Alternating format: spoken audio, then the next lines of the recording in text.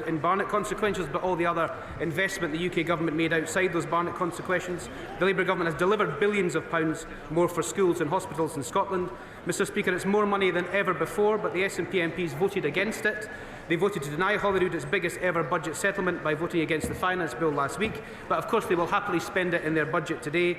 They also voted against GB Energy in the SNP leader's own constituency.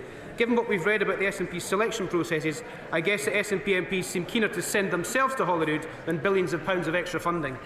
Brendan O'Hara. Speaker, I'm sure the pensioners in the Secretary of State's constituency are as relieved as those in Argyll, Bute and South Lochaber that the Scottish Government's budget will introduce a pension age winter heating payment for all Scottish pensioners. The SNP government is doing the right thing by Scottish pensioners. So will he join me in urging the Labour government here at Westminster to also do the right thing by the pensioners of England and Wales and give back to them their winter fuel allowance as well? Mr Speaker, what the honourable gentleman has just proved is the winter fuel payment in Scotland is actually devolved.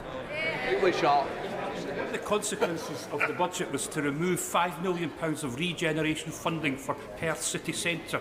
We got practically nothing from their levelling up fund, save this paltry £5 million that he is even taking away. Just what is it that UK government has against the city of Perth?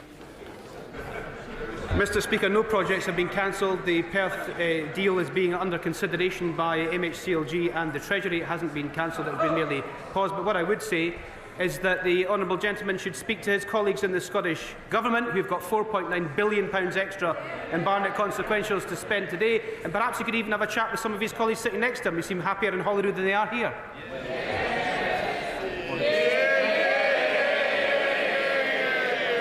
Seamus Logan. Question number 7, Mr Speaker. Thank you, Mr Speaker. I know there is consensus right across this House on the enormous value of the hospice sector and the extraordinary work that they do, work which has been sadly undervalued for far too long. Support for the additional employer national insurance contributions will be allocated to departments, with the Barnet formula applying in the usual way for devolved governments. The rise does not begin until April, and will set out further details on the allocation of funding in due course. Thanks. Good night. Seamus Logan. Oh, Seamus. Very popular. Mr Speaker, there are 45 hospices in Scotland. I can't be certain of that figure because so many of them are in dire financial circumstances. I think of Roxburgh House in Aberdeen, which provides services to my constituents and to other MPs in this Chamber's constituency. Another organisation that provides vital hospice care is the Marie Curie charity, which provides services in Edinburgh and Glasgow, and they also provide hospice at home care. They are facing a bill close to £3 million as a result of decisions by this government. So what does the Minister have to say in relation to help that can be provided to Marie Curie and other organisations? Good question. Thank you, Mr Speaker. As the honourable gentleman will know, the pressures on hospice funding long predate the budget and relate to declining real terms funding from the Scottish Government. I note that nearly 5,000 members of the public have written to the Scottish Government recently to support calls from the Scottish Hospice Leadership Group for fair funding. Those calls might be answered this afternoon, where the SNP Government has to spend an extra £5 billion, secured by Scottish Labour MPs, voted against by SNP MPs and spent this afternoon by SNP ministers. Make it make sense. Right, we now come to Prime Minister's questions. In room. Question number 1, please, Mr Speaker. Order. What are these two members playing at? That is absolutely disgraceful for the member. We've started PMQs. Either come in early or at least wait. Please start reading the room.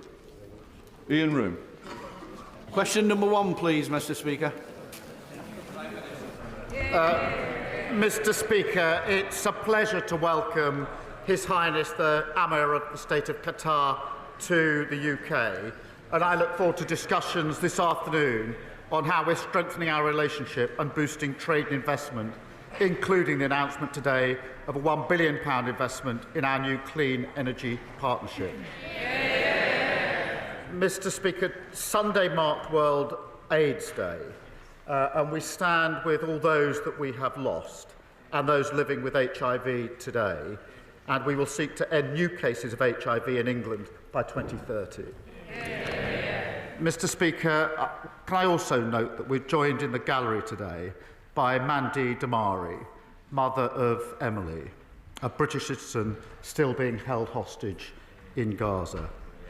I've met Mandy a number of times, and in my view, what she's going through is nothing short of torture. Mr. Speaker, this morning I had meetings with ministerial colleagues and others. In addition to my duties in this House, I shall have further such meetings later today. In room. Mr. Speaker, I'd like to concur with the comments the Prime Minister has just made. North Devon District Hospital is the most remotest hospital in mainland England. Its intensive care unit has only 6 beds, and it's almost 50 years old, and it serves a population of 165,000 people. Can the Prime Minister assure my constituents that their hospital will receive the urgent funding that it's needed under the new hospital programme, so that they will not face over a 2-hour drive to the nearest trauma unit? Mr. Speaker, the new hospital programme that we inherited was emblematic of the failures of the previous government, making promises with no plan to deliver on them. We are committed to delivery, including the North Devon Hospital. We're reviewing the programme to place it on a sustainable footing, and the Health Secretary will set out further details of the new delivery soon. And in the meantime, we continue to support trusts to develop their schemes. Thank you. Olivia Bailey. Mr. Speaker, can I welcome the swift and decisive action this government is taking to secure our borders after the party opposite lost control? After the party opposite lost control, Mr. Speaker. And in particular, can I welcome the world-first deal struck with Iraq last week to tackle smuggling gangs? Does the Prime Minister agree with me that international cooperation, shared intelligence and joint law enforcement is the best way to end the vile smuggling trade? I thank my honourable friend. She's a superb champion for her constituents. And she's absolutely right. The previous government left a broken asylum system. We put a plan in place, the Border Security Command, backed by £150 million, 100 more NCA officers, and we're introducing counter-terrorist style powers. And my friend is right that our new international coordination, including the landmark Iraqi agreement. And the hard graft is already beginning to pay off, because 9,400 people who've no right to be here have been returned. That's a 30% increase on the numbers of last year. They promised to get the flights off the ground. We've got them off the ground. We come to the Leader of the Opposition, Kemi Bailey. Mr. Speaker, if I may, I would like to pay tribute to Mandy Damari and her family for the strength that they have shown. And we on this side of the House, and I'm sure the whole House, continue to seek the speedy release of Emily Damari and the other hostages. Mr. Speaker, the Prime Minister talks about immigration. I think it's probably a good time to remind him that he was the one writing letters asking us not to deport foreign criminals. And he and his party voted against every single measure that we put in place to try and limit immigration. But, Mr. Speaker, the question today is what has been on the lips of all Labour MPs, including, I believe, the Health Secretary yesterday. The Prime Minister knowingly appointed a convicted fraudster to be his Transport Secretary. What was he thinking? Mr. Speaker, the previous Transport Secretary was right when further information came forward to resign. What a marked contrast to behaviour in the last 14 years. And she talks about immigration, record levels of immigration under the previous government, nearly 1 million. And she was the cheerleader. She was the one urging on the removal of the caps for work visas. She was thanking the previous Home Secretary for the work that was done. She championed it. She advocated it. Record numbers of immigration.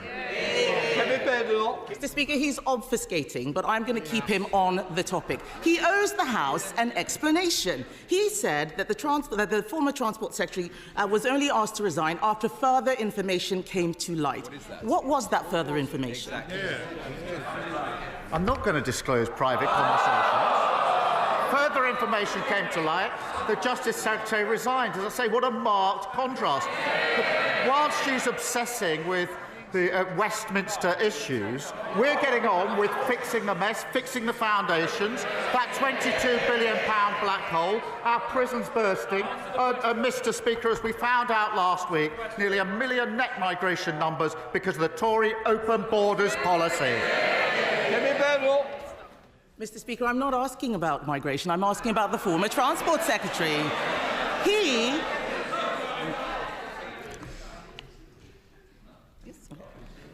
He never answers any questions. He never answers any questions. And it looks like he didn't ask his Transport Secretary any questions either. The truth is, he appointed a person convicted of fraud to the Cabinet. The first thing she did was bung hundreds of millions of pounds in pay rises to her trade union friends. Wasn't this a fraud on the British people? No, Mr. Speaker, she says she's not talking about immigration. I'm not surprised. And I advise her and all of them not to talk about the economy or immigration for another 5 years.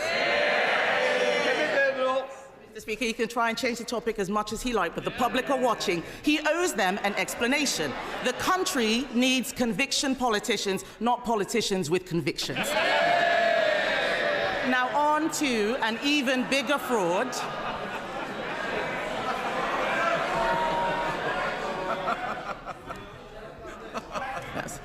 Now on to an even bigger fraud, the budget. Last week, the Prime Minister failed to repeat the Chancellor's pledge of no more borrowing and no more taxes. It is obvious that they are coming back for more.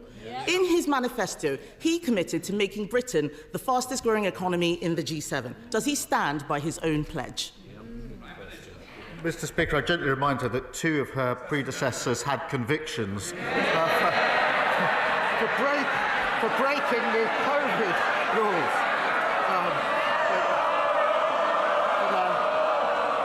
I'd also invite her to look at the OECD report of this morning, which has upgraded growth for next year and the year after, which now puts us on target to be the highest growing major economy in Europe in the next 2 years. She should welcome that. Mr. Speaker, I saw the OECD report, and what it said was that they will be coming back for more taxes. And I think the whole House would have heard him fail to repeat his own pledge. He can't even repeat the pledges that he made just a few weeks ago. We are here to stop him from damaging the economy, and that is why we are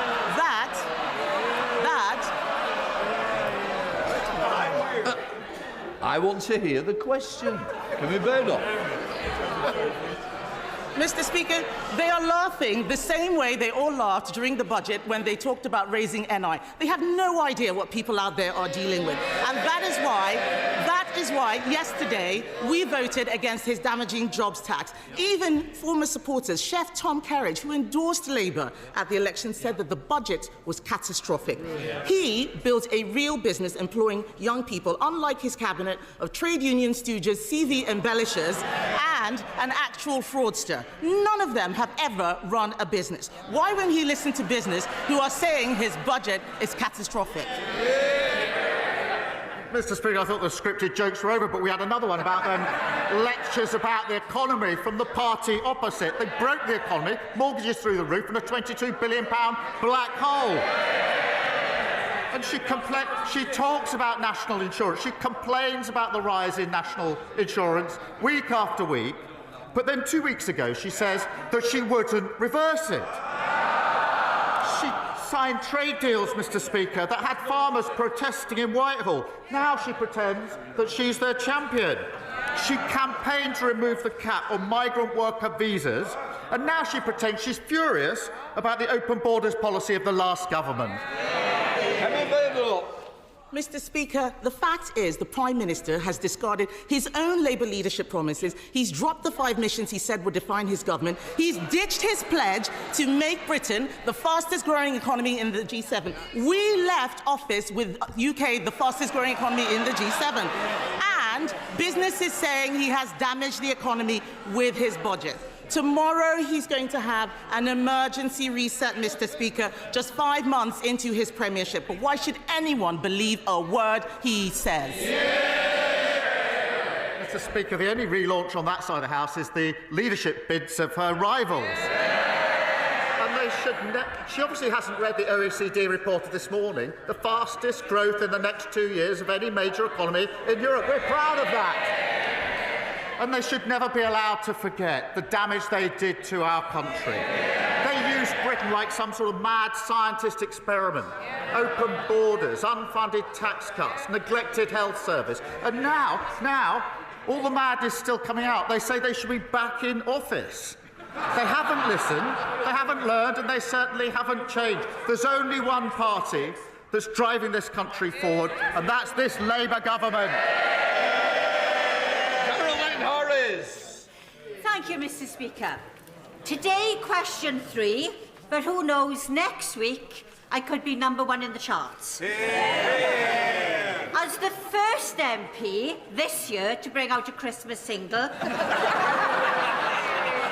will the Prime Minister join me in thanking my musical collaborator, the hugely talented Mal Pope, and everyone involved with this year's Everyone Deserves hamper campaign that would deliver festive food to 1,500 homes across 5 constituencies in South Wales. Like our song says, there's a reason for the season, and everyone deserves a Christmas. Well, I thank her for a question. There's obviously going to be some rivalry in the race for #1 by Christmas. I'm not going to be joining in that particular one. But I do thank her and Mal Pope for their campaigning. And I remember joining her in the summer, a few summers ago, on the work involving hampers, much needed by her constituents. And I know how much it means to them. Christmas is a time to think of others. And I do pay tribute to her and all those supporting those in need. And this government will always support the most vulnerable in our society. Thank you. Leader of the Liberal Democrats, Sir Ed Davey. Thank you, Mr. Deputy Speaker. I, for one, will be downloading the song of the Honourable Lady for Neath and Swansea East. Can I join the Prime Minister in his delight and also his support for Mandy Damari, and our joint hope that we will see Emily and other hostages released as soon as possible. Mr. Speaker, the Prime Minister has rightly spoken about the need to restore and rebuild the public's trust in British politics. Now, we believe a crucial part of that is reforming our electoral system to make it fairer and more proportional. And so does a majority of the British public. And this House voted yesterday in favour of a bill for electoral reform put forward by my honourable friend, the member for Richmond Park. So will the Prime Minister find government time, make it available, so we can consider this bill on electoral reform and restore the public's trust in our politics? Can I thank him for referencing Emily, because I think it is important that we all remember her, and I say the awful torture that her mother is going through, and that's the case for all of the other hostages. It's hard to imagine what it must be like for anybody with friends and family who are still being held hostage after all this time. Look, proportional representation is not our policy. We won't be making time for it. And I just gently say to him, he didn't do too badly under the system as it is. Red David. Well, I'm disappointed in that reply and hope he will reflect on Labour's own policy. But moving on to another pressing subject, Mr. Speaker, more than 3 million people have been stuck on NHS waiting lists for more than 18 weeks. That's probably the worst, most appalling legacy of the last Conservative government, and it needs to be fixed. But does the Prime Minister accept that we'll only get waiting lists down and keep them down if it's easier for everyone to see a GP when they need it? So when he publishes his milestones tomorrow, will he include a guarantee with a timetable so people will be able to see a GP within at least 7 days or 24 hours if it's urgent? Yeah. Well, he's right to draw attention to the record of last government on the NHS. Record waiting lists and record low confidence in the NHS. So in addition to the economy and immigration, they better not be talking about that for the next 5 years either. We will be driving this down. We've already begun that work to make sure we get those waiting lists down. And yes, of course, that does also include making sure there's better access to GPs and other measures that need to be taken. But that's a central driving mission of this government. Thank you. Thank you, Mr. Speaker.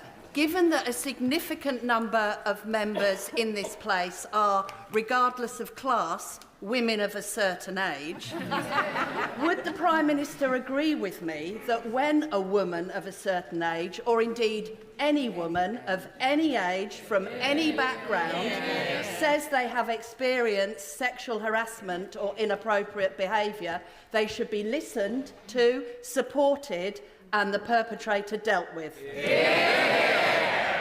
I certainly agree with that, and I think everybody across the House would. She's right, because, Mr. Speaker, one of the greatest barriers that women face when coming forward and reporting unacceptable behaviour in the workplace is having confidence that they will be taken seriously, and that requires all of us to put in place mechanisms and arrangements to make that possible. Everybody should be treated with dignity and respect, and I'm proud of the fact that the Employment Rights Bill that we're passing will strengthen protections from sexual harassment at work. Robin Swan. Thank you very much, Mr. Speaker. Mr. Speaker, Friday the 13th is a date associated with bad things happening. Next Friday, the European Union's General Product Safety Regulations will apply in Northern Ireland, creating more costs and bureaucracy for English, Scottish and Welsh companies who want to do business in Northern Ireland and Northern Ireland consumers buying from them. Many businesses have already stopped supplying Northern Ireland. Haulage companies are unsure what is required of them. Online sales platforms are divided on the advice that they give. Mr. Speaker, a previous Prime Minister promised Northern Ireland businesses that if they were asked to complete additional paperwork, they should phone the Prime Minister and he would direct them to throw the form in the bin. What direct, tangible advice can the Prime Minister give to those businesses who want to continue supplying Northern Ireland? Well, I thank him for that question. It is a serious issue, and the government is working closely with businesses to ensure that they are ready for the changes that he has identified, and we published more guidance, as he knows, yesterday to support them further. We will be keeping a close eye on the issue to help businesses trade freely across the whole of the United Kingdom. Thank you. David Williams. Thank you, Mr. Speaker. In Stoke-on-Trent and Kidsgrove, we are proud of our beautiful historic buildings. However, many lay dormant and blight our proud towns. Can the Prime Minister please outline what steps this government is taking to bring historic buildings back into use, and will he make time to visit my constituency to see for himself our untapped potential? Well, I thank him for raising this issue and certainly consider his kind invitation. Mr. Speaker, we will invest in heritage buildings, restoring pride and ensuring they serve the needs of local communities. The National Lottery Heritage Fund has awarded Stoke-on-Trent £250,000 to help preserve the city's heritage. Historic England is also funding emergency repairs at the iconic Wedgwood Institute and supporting Reform Heritage, whose office, I think, is based in my honourable friend's constituency, to employ staff dedicated to delivering heritage projects. Pete Wishart. Speaker, today is the Scottish Budget, and inside it you will find provisions to reinstate the winter fuel payment to all of Scottish pensioners, something that he, of course, famously took away from nearly all of the UK pensioners, supported by Scottish Labour members of Parliament. But apparently, Scottish Labour are now in favour of winter fuel payments. So what's his advice to Labour MSPs? Is it to vote for the budget to ensure that Scottish pensioners get that single fuel payment, or is it to stick with his view and vote that budget down? My advice to my team is to ensure the SNP are absolutely clear. We have given them the biggest settlement to Scotland this year under our budget. They now have the powers, they have the resources, they've got no more excuses for the failure to deliver. Clive Efford. Speaker, a year ago today, this House defeated the then government over the contaminated blood scandal compensation scheme. This government's £11.8 billion set aside for that compensation scheme is welcome. But as victims die every week, there is concern about the pace of payments and the fact that rules are being changed behind closed doors in Whitehall without explanation, contradicting some of the recommendations of Sir Brian Langstaff. So does my right honourable friend agree with me that next week's meeting scheduled with the campaign groups representing the victims must represent the start of those infected and affected being involved in the process that they fought so hard for so long and too many died and failed to see? Mr. Speaker, we are committed to acting on the findings of the infected blood inquiry and ensuring swift resolution and compensating in full. And that's why we announced £11.8 billion to compensate those who waited far too long for justice. And I'll happily make sure that he gets a meeting with the Paymaster General to discuss the issues he's raised. Adam. Thank you, Mr. Speaker. Everyday pensioners in my Leicester South constituency are emailing me with one word, and that word is frightened. Susan, who has pulmonary fibrosis, wrote, "During winter, I rarely go out as it is too cold for my lungs. I need to keep warm and I need to keep my heating on. The winter fuel payment was really helpful." She writes, "I want MPs to know that not all pensioners are millionaires or receive gifts from millionaires, nor do we all get the higher rate of pension. Susan is frightened she won't be able to keep her house warm this winter, and she is not alone. Does the Prime Minister realise how frightening it is for the 8,100 pensioners in my constituency who have lost their winter fuel payment fuel payment help? As the winter month starts to bite, will the Prime Minister come to Leicester to explain to Susan why he thinks this policy is not frightening?" Thank you. Mr. Speaker, as he knows, the #1 job of this government was to get our finances back in order after the mess that the last government made, including leaving a £22 billion black hole. We had to take tough choices. They say they want the benefits, but they can't say how they're going to pay for them. We do want to make sure that the most vulnerable pensioners do get the pension credit that they're entitled to. We're driving that up. But because we're stabilising the economy, we can commit to the triple lock.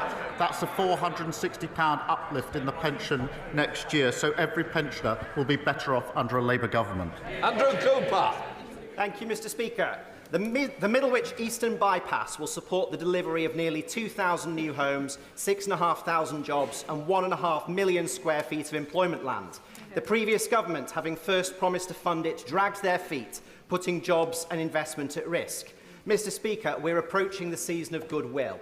So can the Prime Minister give my constituents an early Christmas present and offer some certainty over this vital infrastructure project?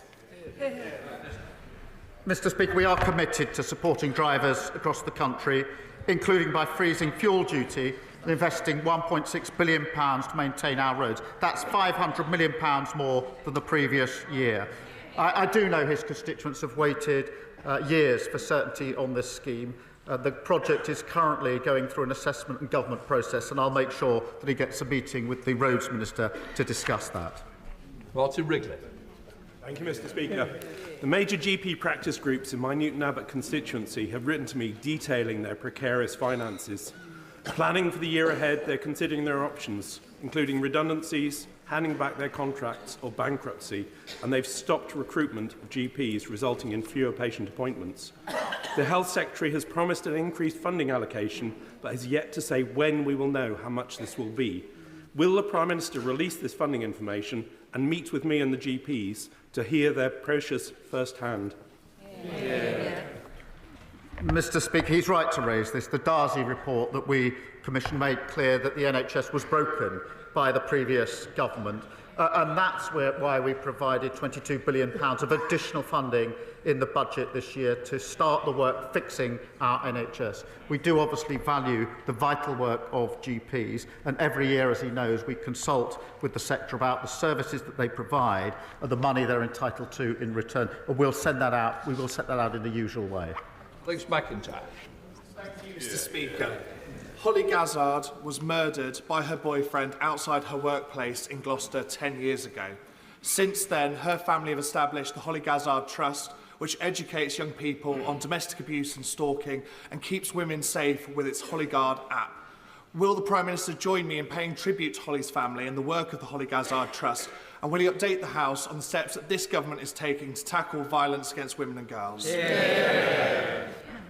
Mr. Speaker, a decade on, the thoughts, I'm sure, of the whole House remain with Holly's family and friends, and I do join him in commending the vital work of the Holly Gazzard Trust. In relation to the steps we're taking, we've got a mission to halve the levels of violence against women and girls within a decade. That is really tough to do. Nobody has ever committed to that before. I invite everybody across the House to join us in that. And that will include, amongst the steps we're taking, placing domestic abuse experts in 999 control rooms to make sure they're picked up early, launching a pilot of new domestic abuse protection orders, developing a national framework to track and target high-harm offenders, and strengthening stalking prevention orders. We will take other measures to make good on this commitment. Thank you, Mr. Speaker. A WASPy woman dies every 13 minutes. That's 2 since the Prime Minister took to the dispatch box today. That's 111 every day and nearly 17,000 since he took office. So can I ask the Prime Minister, how many more WASPy women have to die before the government takes action to give them the financial redress and the justice that they are due? Mr. Speaker, we are moving at pace on all relevant issues. We've passed the budget to provide the baseline for what we need, and we'll continue to do so. Thank you, Mr. Speaker.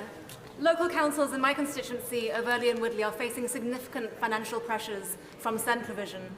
Woking Borough, for example, has twice the level of SEND instance than the national average, yet historically the level of funding has not met the level of need, and this has left families and children waiting too long for help. The previous government's safety valve programme was only a sticking plaster, so I welcome this government's announcement today of additional SEND funding in mainstream schools. What more can this government do to make SEND funding sustainable? I'm grateful to her for raising this. I think the 5th or 6th time SEND has been raised at PMQs.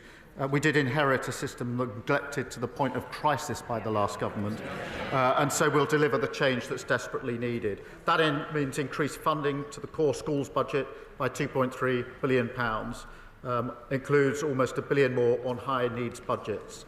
And today we're investing and announcing investment of £740 million in funding to create SEN units in mainstream schools which deliver specialist support, and I'm very pleased to be able to take that forward. Thank you. Mr. Speaker, members across this House are deeply concerned that the Post Office are considering closing more than 100 branches across our communities. More than 3,000 people have signed a petition opposing the closure of Bexhill Post Office. Does the Prime Minister agree with me that the government must ensure we protect vital Post Office services for all of our constituents? Can I thank him for his question, and can I also recognise the campaigning of many, including himself, for local services that their constituents rely on.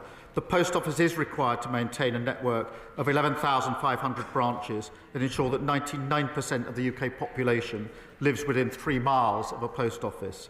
Decisions, obviously, about individual branches are for the Post Office to take, following consultation with local communities, but I'm happy to make sure he gets a meeting with the relevant minister to discuss his particular case. Speaker, in my constituency of Darlington, it's full steam ahead to 2025, when our town celebrate the 200-year anniversary of the railways with a 9-month festival. We're proud of our industrial contribution, but many in my area have concerns about the future of our rail industry. What assurances can the PM offer that he will get our railways back on track? Mr. Speaker, we are delivering on our commitment to bring railways back under public ownership, putting passengers first. And today we've announced that South Western Railway services will be the first to transfer into public ownership next year. So we can turn the page on decades of delay, fragmentation and failure. Kirsty Blackman. Much, Mr. Speaker. Veteran Anne Puckeridge is also in the gallery, and can I urge the Prime Minister to meet her to talk about her frozen pension? Mr Speaker, yesterday the Daily Record reported that Scottish Labour MPs are very upset. Apparently this upset is caused by their Scottish leaders' diktat that they now have to support the very winter fuel payment that they voted against in this place. As the Prime Minister comforts his upset MPs, will he remind him that the only people with the right to be upset are the 900,000 Scottish pensioners who were left in the cold by Labour's cuts? I work very closely with Scottish Labour in a harmonious way. We ran a fantastic campaign earlier this year, which is why she's sitting up there and not down here. Leon Conlon. Can I echo the words across the House in relation to Mandy Damari, who I also met with this week and is from Beckenham? Yesterday marked International Day of Persons with Disabilities, and I'm proud to be one of the disabled MPs in this House. As a sixth former, I became one of the youngest people in Britain to have a hip replacement, and I relied on a blue badge. Data released yesterday shows blue badge theft has more than quadrupled in the past 10 years. Will the Prime Minister back my campaign to tackle blue badge theft and ensure millions of disabled people can work, socialise and live an independent life? Can I thank him for being a powerful voice for some of the most vulnerable in our society? Look, theft of a blue badge is appalling, depriving people of their independence and ability to travel with confidence. It has a real human impact every single time, and that's why we're working closely with local authorities to help them tackle fraud and misuse. And I'll make sure he has a meeting with the relevant minister to examine what more can be done.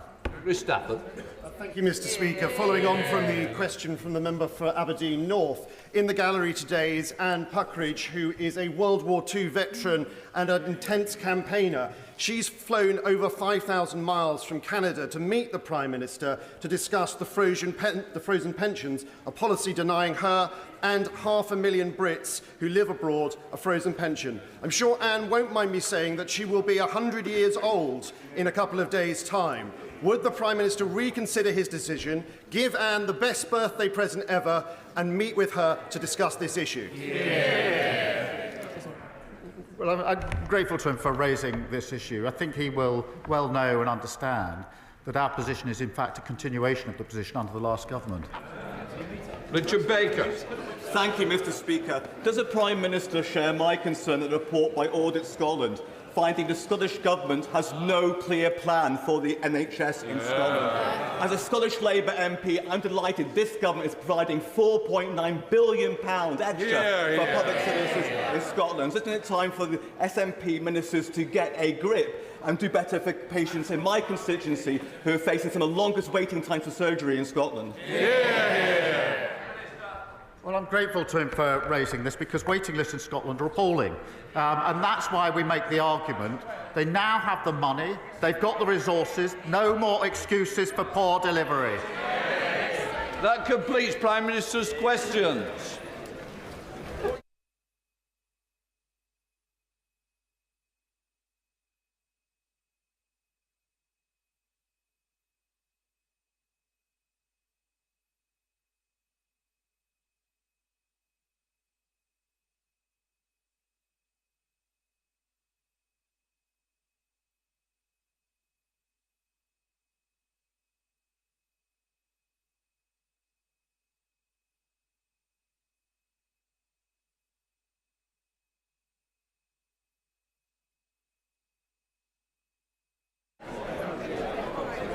Point of order, Stuart Anderson.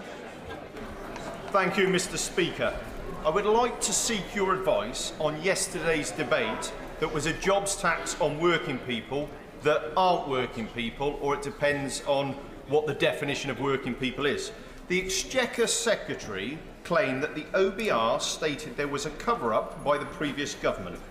Today, on page 204 of Hansard, are the words used by the Minister where he said that the OBR used the word cover-up not once, but twice. I have since checked with the OBR. They have not said this, and I believe it is a creative use of words to suit a political narrative. Could the Speaker advise me on how I could bring the Minister to the House to correct the record? the front bench want to, or I'll deal with it now. Okay. Look, first of all, I'm grateful for the member giving notice of point of order. I understand he has notified the honourable member for Ealing North that he intended to refer to the matter in the chamber. Thank you for doing that. The Chair is not responsible for what ministers say in the chamber, and this has been historic.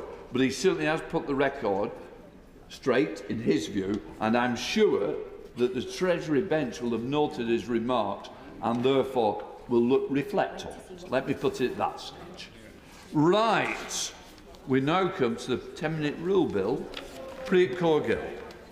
Thank you, Mr. Speaker. I beg to move that leave be given to bring in a bill to provide that where a public body collects data about ethnicity for the purpose of delivering public services, it must include specific Sikh and Jewish categories as options for a person's ethnic group and for connected purposes. Jews and Sikhs are in the unique position of being considered both ethnic and religious groups under the Equality Act 2010. Sikhs and Jews have been legally recognised as ethnic groups for over 40 years since the Mandela v Dowley case in 1983.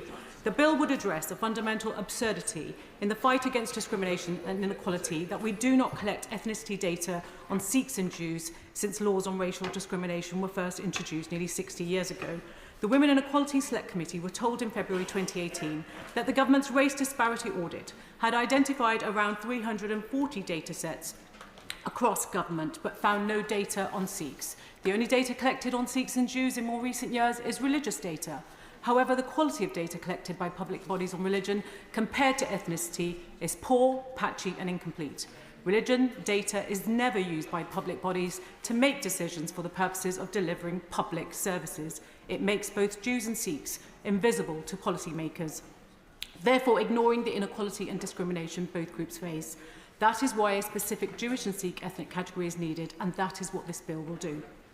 Mr. Speaker, this is a campaign to end the discrimination both communities face. I campaigned for a Sikh and Jewish ethnic tick box to be included in the 2021 census because we know public bodies have been instructed for over 30 years to use the design of the census ethnic groups question to design and deliver services in compliance with equalities legislation. As protected characteristics, you would expect that public bodies are instructed to routinely collect information on Sikhs and Jews, but they are not. As an Equalities Minister wrote to me last year, public bodies and decision makers who think that their decisions may affect discrimination, harassment or victimisation of Sikhs should ensure that their compliance with the duty includes considerations of Sikh ethnicity. But they don't, because people incorrectly argue and assume data collected on religion is a suitable substitute. Those people don't understand the existing practices. Religion data is rarely collected to a good standard. It excludes non-practising Sikhs and Jews and is not used by public bodies to monitor and reduce inequalities or provide public services, and the latter is key to this argument. Sikhs and Jews are missing from whole swathes of public data: education, housing, crime, health, criminal justice, the public sector workforce, the ethnicity pay gap. The proposal in this bill would allow public bodies to start systematically collecting data on Sikhs and Jews to address the discrimination and inequalities they face, especially as the government has made a commitment to require ethnicity pay gap reporting. In presenting this bill today, I have the support of a wide range of community organisations, including the Sikh Council, 112 UK Gurdwaras and organisations, the Board of Deputies of British Jews, the Anti-Semitism Policy Trust and the Community Security Trust. I would like to provide the House with a few examples of why this bill is so important. The pandemic shone a harsh light on the inequalities between different ethnic groups. Many experts in public health now recognise that we were too slow to recognise that some ethnic groups were dying at a far higher rate than available. A short-term exercise that has since been discontinued. It found that Sikhs died disproportionately from COVID, either after adjusting for region, population density, area deprivation, household composition, socio-economic status, and a range of other economic indicators. Not only this, it showed that Sikhs were affected at a very different rate to other predominantly South Asian groups, meaning that analysis using the existing ethnic minority categories would fail to capture any of these inequalities. The Board of Deputies has also recognised these arguments. British Jews died at almost twice the rate of the rest of the population, with the higher prevalence of certain genetic conditions among Jewish people. Collecting better data will help public services profile and respond to the community better. For example, breast cancer in Ashkenazi women. Surely to address health inequalities, we need to learn from the pandemic. and collect accurate data to address outcomes for both these communities, given the huge evidence base.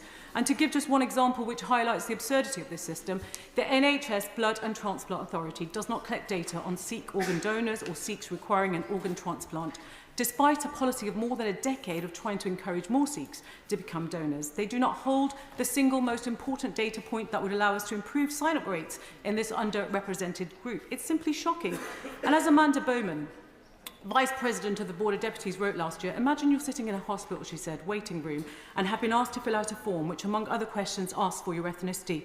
So which box do I tick? As David Baddiel, the author of Jews Don't Count, has said, it is othering and alienating that Jews do not have a distinct ethnic box to reflect their race.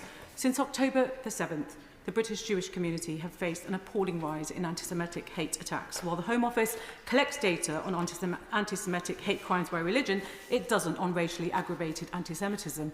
And this is despite racial hate crime outnumbering religiously aggravated hate crime by 10 to 1.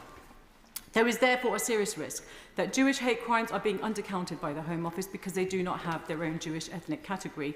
And in the first half of this year, the Community Security Trust found that the majority of anti-Semitic incidents they recorded consisted of anti-Jewish discourse linking the victim to Israel, Palestine, the Hamas terror attack, or the subsequent war. And according to the CPS prosecution guidance, hate targeting someone's real or perceived nationality or national origins, such as a link to Israel, would indicate a racially, not religiously aggravated offence. And the same goes for Sikhs, as has been documented in the APPG on British Sikhs report into anti-Sikh hate. Sikhs are the most visible minority in Britain, yet we do not collect data on racist anti-Sikh hate. The last government's hate crime action plan effectively ignored Sikh hate or the definition of anti-Sikh hate.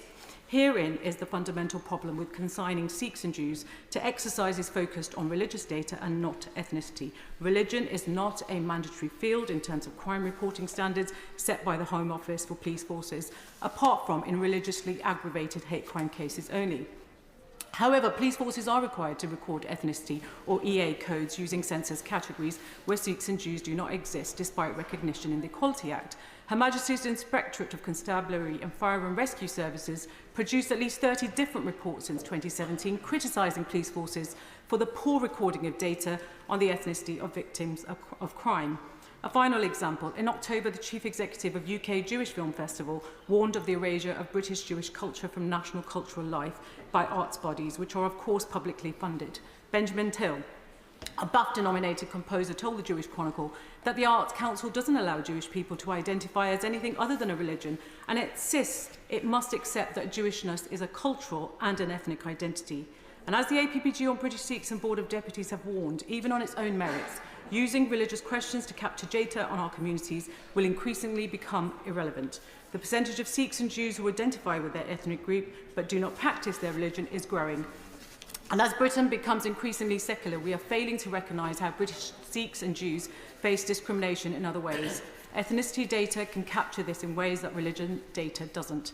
And as the Board of Deputies has said, we are concerned that until this situation is rectified, many Jewish citizens will not feel fully counted. As a former Cabinet Member for Public Health and Protection in Sandwell Council, Sikhs and Jews are forgotten when it comes to the design of services because there is no ethnicity data on Jews and Sikhs to inform those decisions. In rare cases where we do have data, it exposes glaring inequalities. 2018, 5.3% of homeless deaths in London were Sikh versus 1.3% of the general population in the city. And 27% of Sikhs in the UK report someone in their family has an alcohol addiction. Good quality data saves lives. In the past few years, the Office for National Statistics has come to acknowledge the need to ensure the ethnicity standard reflects the diversity of the UK population. That surely means it is time to address this injustice facing Sikh and Jewish people. Whatever the future of ethnicity data collection, we must routinely be included in our own right. If you consider our legal status as ethnic groups, we should be included. If you consider the size of our populations, we should be included. And if you consider our contribution to Great Britain and society, we should be included. If you consider the specific forms of discrimination and inequalities we face, we should be included. What our communities are asking for is fairness and justice. to be counted as ethnic groups, given we have been recognised as such in law for over 40 years. And as David Baddiel has argued, identifying anti-Semitism as religious intolerance rather than racism downgrades its importance, which is what leads to Jews not counting. The same goes for Sikhs, and this is not just a rhetorical point. It is literally the case that regarding Sikhs and Jews as a religious category means we are not counted. We are not counted when we fill in a form in an NHS waiting room. We're not counted in the census, and local councils don't count us in the data they use to monitor and deliver services. Mr. Speaker, it's high time that changed, and so I urge members across the House to allow this bill to progress today. It's high time that public bodies ended this injustice, and as legislators, we must put this wrong right and support them to do that. Thank you. That the honourable member have leave to bring in the bill. The question is that the honourable member have leave to bring in the bill. As many of that opinion say aye. Aye. The contrary, no. I think the ayes have it. The ayes have it. Who will prepare to bring in the bill? Ben Coleman, Jazz Atwell, John Pearce, David Pinto-Duchinsky, Joni Reid, Alex Sobel and myself.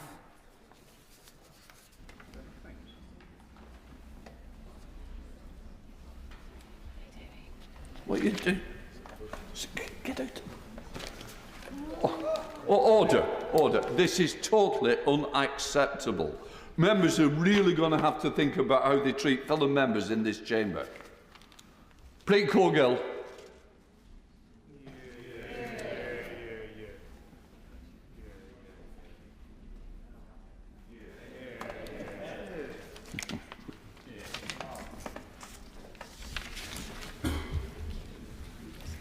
Public Body Ethnicity Data Inclusion of Jewish and Sikh Categories Bill.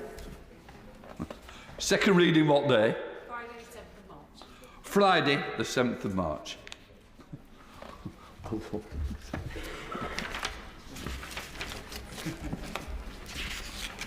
We now come to the motion in the name of the Leader of the Opposition on UK farming and inheritance tax.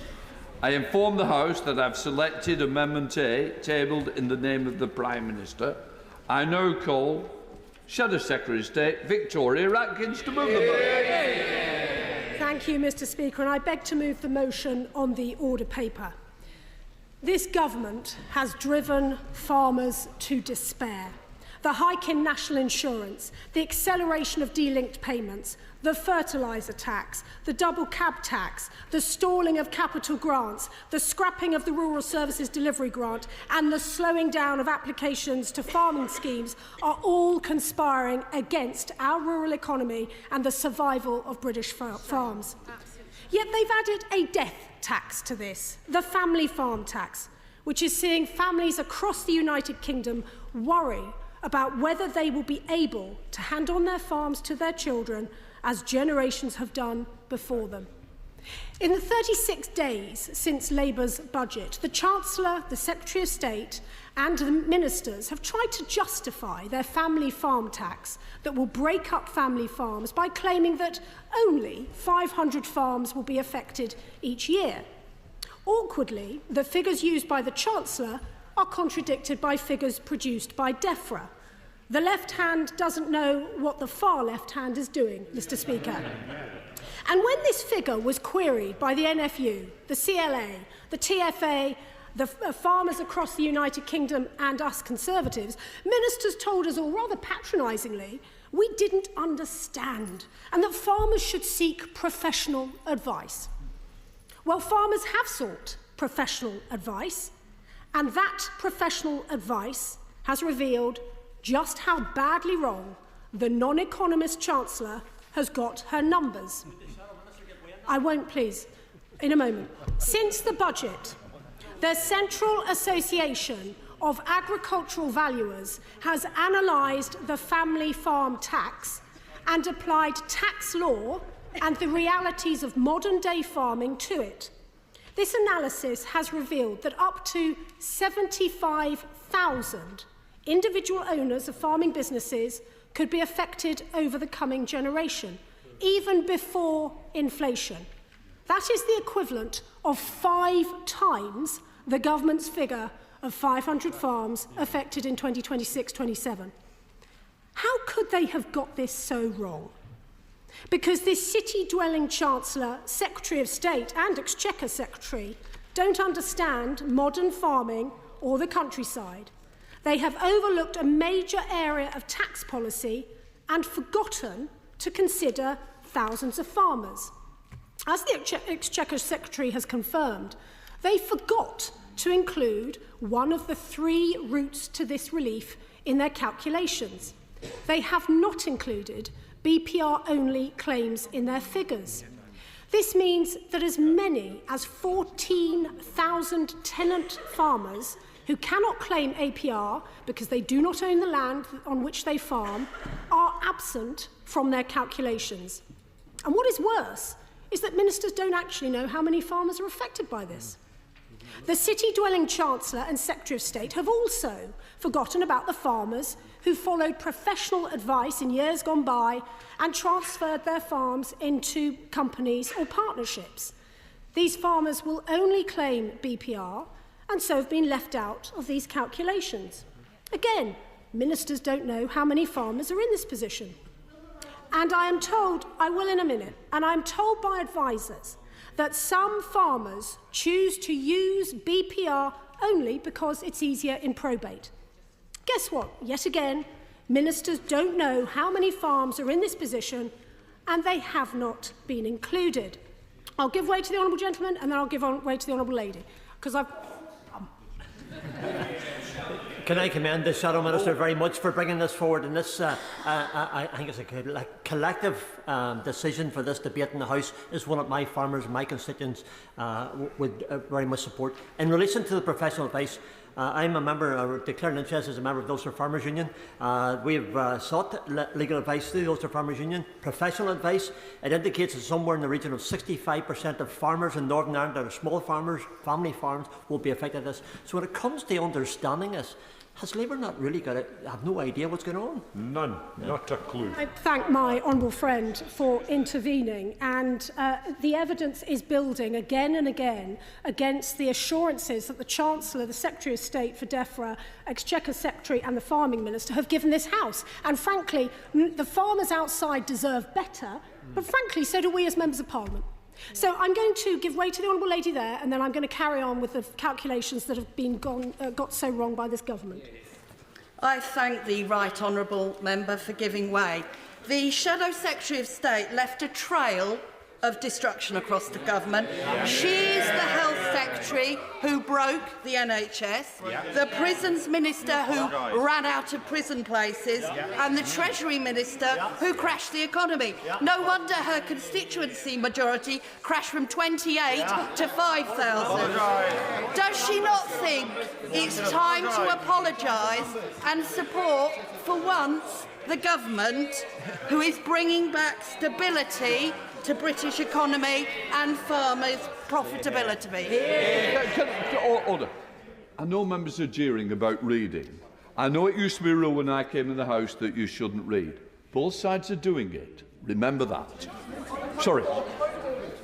I've got a point of order. You're a good friend, of course. And this point of order is spontaneous, unlike that line over there. It has. I am Mr. Spontaneity, Mr. Speaker. Mr. Speaker, you're entirely right that many right honourable and honourable members read almost verbatim their speeches. But it is surely just rude and discourteous to this House to read a supposedly spontaneous intervention as if it's just come into the mind of the honourable lady, but she managed to have a typewriter and a printer in order to write down 2 pages of an intervention. Well, what I can say is, as I expected, spontaneity didn't make it a point of order. Shall the Secretary of State? Well, Mr. Speaker, as the first female Prime Minister said, if they're going after you personally, it means you're winning the argument. But let me help the honourable lady. Let me help the honourable lady with the second set of calculations, which her Chancellor has got so wrong. Because the Chancellor's cockeyed accounting doesn't stop there. It in fact extends to the claim that farmers will be able to transfer £3 million tax-free. This is wrong. Only a few, in a very specific set of circumstances, will be able to claim this magic figure. To the jeers opposite, it is not available to widows. It is not available to people who are single. It is not available to people who own the farm with another relative. And their magic 3 million figure assumes that the surviving spouse lives some sort of monastic existence where they have no personal effects to pass on to their loved ones. As farmers from Sussex have asked, why are widows' families being targeted? Yes. A family wrote to me about their mother, who is a widow. They have calculated that they face an additional £200,000 in Labour's tax bill because their father died before the budget and so did not know to transfer his allowance. Now, we know that there are some Labour members of Parliament who have concerns. The Honourable Member for South West Norfolk, who represents over 500 farms, I don't know whether he's here today, has asked for assurances on the accuracy of figures being used by the government. Given this demolition of the Chancellor's figures by the CAAV and many others, will he vote for the family farms in his constituency, or will he toe the party line? And the CAAV's concern about the figures being peddled by the government is shared by the IFS, CBI Economics and even the OBR. But it isn't just about the numbers. It is the emotional toll that this terrible tax that the members opposite need to understand. The worry, the distress, the sense of betrayal felt by families which should stop ambitious Labour MPs in their tracks today before they parrot without question the figures given to them by their ministers. I'll give way to the Honourable Lady. I hope she doesn't fall into the category I've just described, and then I'll give way. I thank the Honourable Lady for giving way. She talks about the figures. Would she accept the record of her government is leaving £300 million of the farming budget unspent, left in the Treasury coffers, not helping farmers?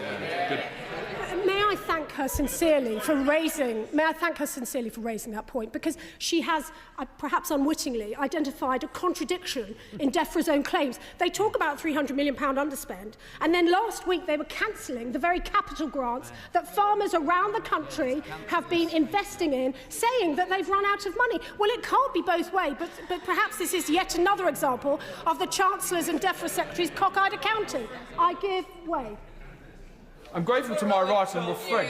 Does my right honourable friend agree with me that what is quite frightening about this policy is that maybe they do know exactly what they're doing, but a bit like Animal Farm, they think everything should be collectivised? Yeah. Well, I mean, my honourable friend, my right honourable friend, in fact, has a wonderful way with words, and he is asking a question that actually many members of rural communities up and down the United Kingdom are asking themselves, as in fact the wonderful presenter on BBC Radio Lincolnshire, Sean Dunderdale, asked the Prime Minister when he came on to do regional media a couple of weeks ago, what has the Prime Minister got against the people of Lincolnshire? I might ask, what has this Labour government got against the countryside? I'll give way to my honourable friend and neighbour, and then I'll make... I'm extremely grateful to my honourable friend for giving way, and as she has said, the word betrayal is fitting, because pledges were given, both by the Secretary of State and by the Prime Minister long before the election, that these changes would not be made. So this is a... He's a very experienced member of this House, and he knows he's meant to address the chair, not the front men. It's perfectly... Come on, John. Mr. Speaker, I know that you, being a man of integrity and honour, will be as disappointed as I am that the government should promise one thing and then do the exact opposite. May I thank my right honourable friend and friend, who, as I have the great pleasure to have, not just as a friend, but also as my Lincolnshire neighbour. He has absolutely put his finger on the point, so much so it is genuinely the next paragraph in my speech. And I can help him with the phrasing that should haunt some Labour MPs, because I suspect that they repeated this phrasing when they were up and down the market towns and villages in their constituencies. In the general election campaign, the Secretary of State described fears that Labour would impose this family farm tax as desperate nonsense. Now, Labour candidates will have repeated that line and assured the farming families in their constituencies that Labour would never treat rural communities in that way. Yet we know, within weeks, the Chancellor was planning to do exactly that. And since then, families across the country have been trying to work out how they pick up the pieces after Labour's family farm tax bomb. They will not forget. Our hard work and investment as a family has been wiped away in the stroke of a pen. A farmer from Derbyshire emailed me this week. My 60-year-old husband had a bleed on the brain in June and thankfully has made a full recovery.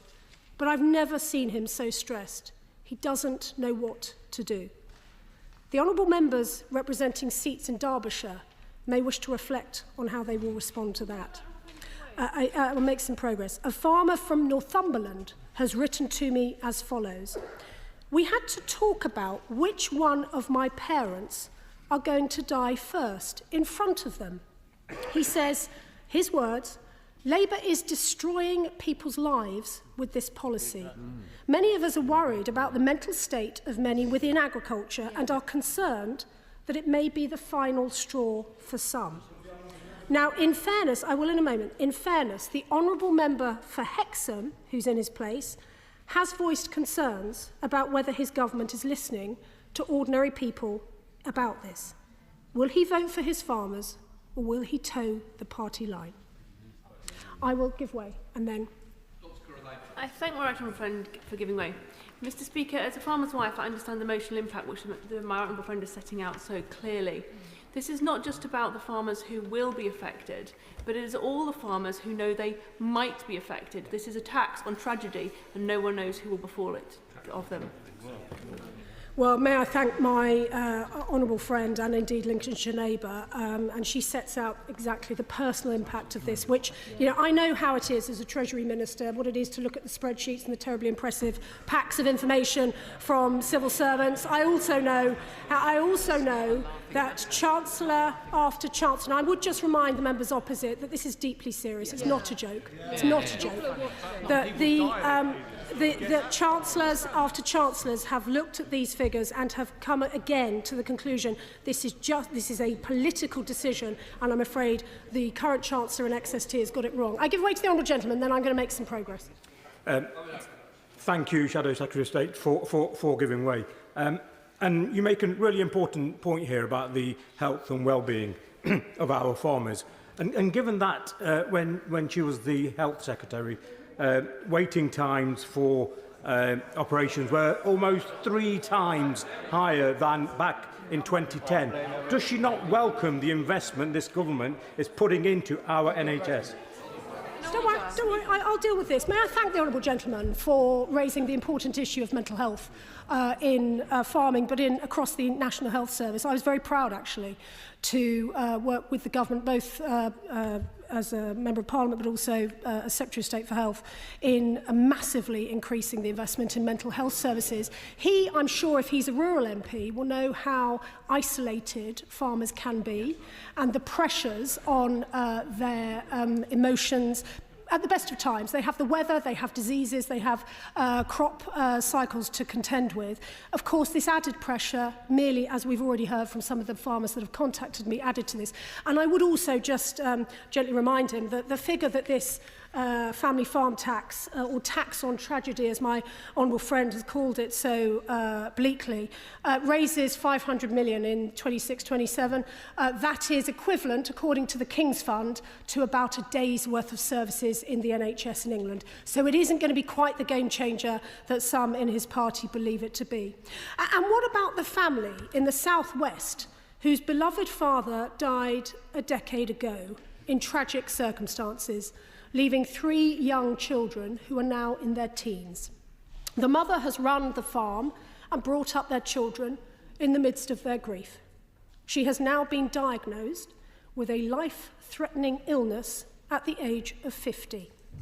2 of the children want to carry on the farm when they reach 18, but should the unthinkable happen and they lose their mum, then they will be saddled with Labour's family farm tax of £700,000. What empathetic and meaningful response does the Secretary of State, who isn't in his place today, where is he? What empathetic and meaningful response does he, or indeed the Treasury Minister, have for this family? They will be watching and they will be listening. Now, we've taken the unusual step, actually, of giving lots of notice to Labour MPs that we would be debating Labour's family farm tax today. We did this because we wanted to give Labour MPs and rural seats time to reflect and consider whether they can continue to support this vindictive tax. For example, a Welsh landowner contacted me to tell me that he will have to sell 6 tenanted farms in order to pay Labour's family farm tax. That is 6 farming families who we in this House, on this side of the House, would describe as working people who will lose their businesses, their family homes, and their children's farming future. 6 farming families who we now know have been forgotten by this government. So I wonder, the Honourable Member for Montgomeryshire has called on the Treasury to produce its modelling on the impact on family farms. Will the Treasury do that at the backbencher's request, and how will he vote today? And the Honourable Member for South East Cornwall met farmers earlier this month and claimed she would take their concerns back to Westminster. Will she be raising those today and voting against this tax? In conclusion, very much. Grateful to my right honourable friend. I've consulted widely with farming communities and with farmers in my own parliamentary constituency, Herne Bay and Sandwich. I have not been able to identify a single farmer that feels that there is anything good in this policy whatsoever. Can my right honourable friend suggest whether or not there is a single Labour Member of Parliament representing a rural community who genuinely believes that they will be voting in their constituents' interests tonight? I thank sincerely my right honourable friend, and he sets out very clearly the choice ahead of members across the House. We know on this side who we are standing up for. We know that we back our farmers. We understand how difficult farming is as a way of life. And it will be for individual members of Parliament, to decide how they vote. I'm going to give way to the honourable gentleman, and then I'll give way to my honourable friend. I thank the right honourable lady for giving way. Talking about choices and backing farmers, the current leader of the opposition did a trade deal with Australia and New Zealand that sold farmers down the river. Is that the type of choices and her version of backing British farmers? Selling them out. I'm pretty sure the honourable gentleman's got his facts wrong on that in terms of the Trade Secretary. But in terms of trade deals, we on this side of the House, yes, we are in favour of trade deals, but of course we want trade deals that best support our farming industry. And he will know, for example, he will know before they start shouting at me, he will know that the fears and concerns outlaid with those trade deals, in fact, have not come to fruition. And what is more, we as Conservatives are proud of the fact that we would not enter trade deals which require the flooding of chlorinated chicken or hormone-treated beef on these shores. And I would just gently remind the honourable gentleman that talking about foreign territories, particularly in the context of the debate about the Chagos Islands, is a little bit brave of the backbencher. Anyway, here we go, my honourable friend. Suggests we've not got much trade from the Chagos Islands. Simon Hall. I'm grateful to my right honourable friend for giving way, and she is right to highlight the devastating effect of this policy, and also right to highlight the incredibly rounding up exercise on the Treasury account books of contribution that this will make to NHS expenditure. But does she not also find it rather inept politics, maybe not surprising from such a London-centric front bench, that for the first time since 1945, the governing party has a serious foothold in rural constituencies across the UK? This policy shows a willful ignorance of rural life, a deliberate attempt not to understand what the pressures are, and is in essence selling those rural Labour MPs down the river. I thank my honourable friend for that, and indeed there's some interesting polling coming out today which I'm going to deal with. And of course, Mr Speaker, I very much accept your point about trade. I would, however, note that we are genuinely concerned about the national security implications of the Chagos Island deal, but we'll see. Lady, so am I. Come on. Very much so. In conclusion, therefore, Mr Speaker, before... Oh, I will give way. Go on. The honourable gentleman for Hexham. Is he going to... I thank the Honourable Lady for giving way, and I commend her commitment to honesty. But when she talks about giving Labour members advance sight of the Opposition Day motion, could she tell me when the Labour Whip's office received the title of the Opposition Day debate? And could I perhaps invite her to correct the record? Well, in fairness, I'm so sorry. The honourable gentleman was obviously speaking to farmers in his constituency on Sunday, and I think there's a debate. Did I hear there's a protest going on in his constituency at the moment? But I actually announced it on national television on Sunday, so perhaps he wasn't watching it. But in any event, in national television, I mean, farmers will. Do you know, farmers at home will be wondering what on earth they're arguing over. Anyway, in conclusion, before I will give way. Lady, forgive me. One word that she hasn't mentioned is Brexit, the great Tory disaster of the last Parliament. How much does she estimate Brexit cost farmers in the rural community? If I may, because he and I unusually can join forces on this, because whilst I'm going to resist the temptation to revisit Brexit, what I will do is point to him paragraph 4 of the CAAV report. Mentions the peculiar legal impact of this decision to impose a family farm tax. Order. Can I... Sorry, you're totally the wrong way and I can't pick it up here. Please, Victoria Ackles.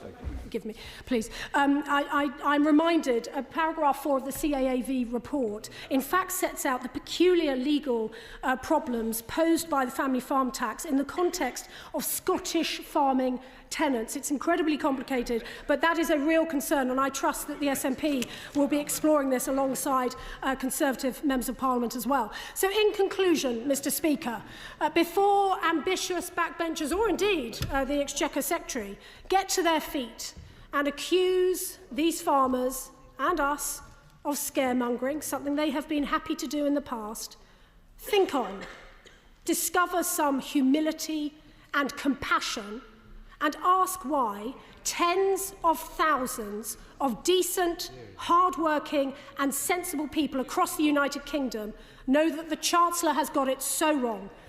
Polling by the CLA today shows what the public thinks. They don't think farmers should be whacked with the family farm tax. They think that Labour have broken their promise to end countryside decline. They think the government should be cutting taxes on rural businesses, and 70% are not confident that the Labour government can deliver growth to rural communities. So I say to every honourable member opposite, do the right thing.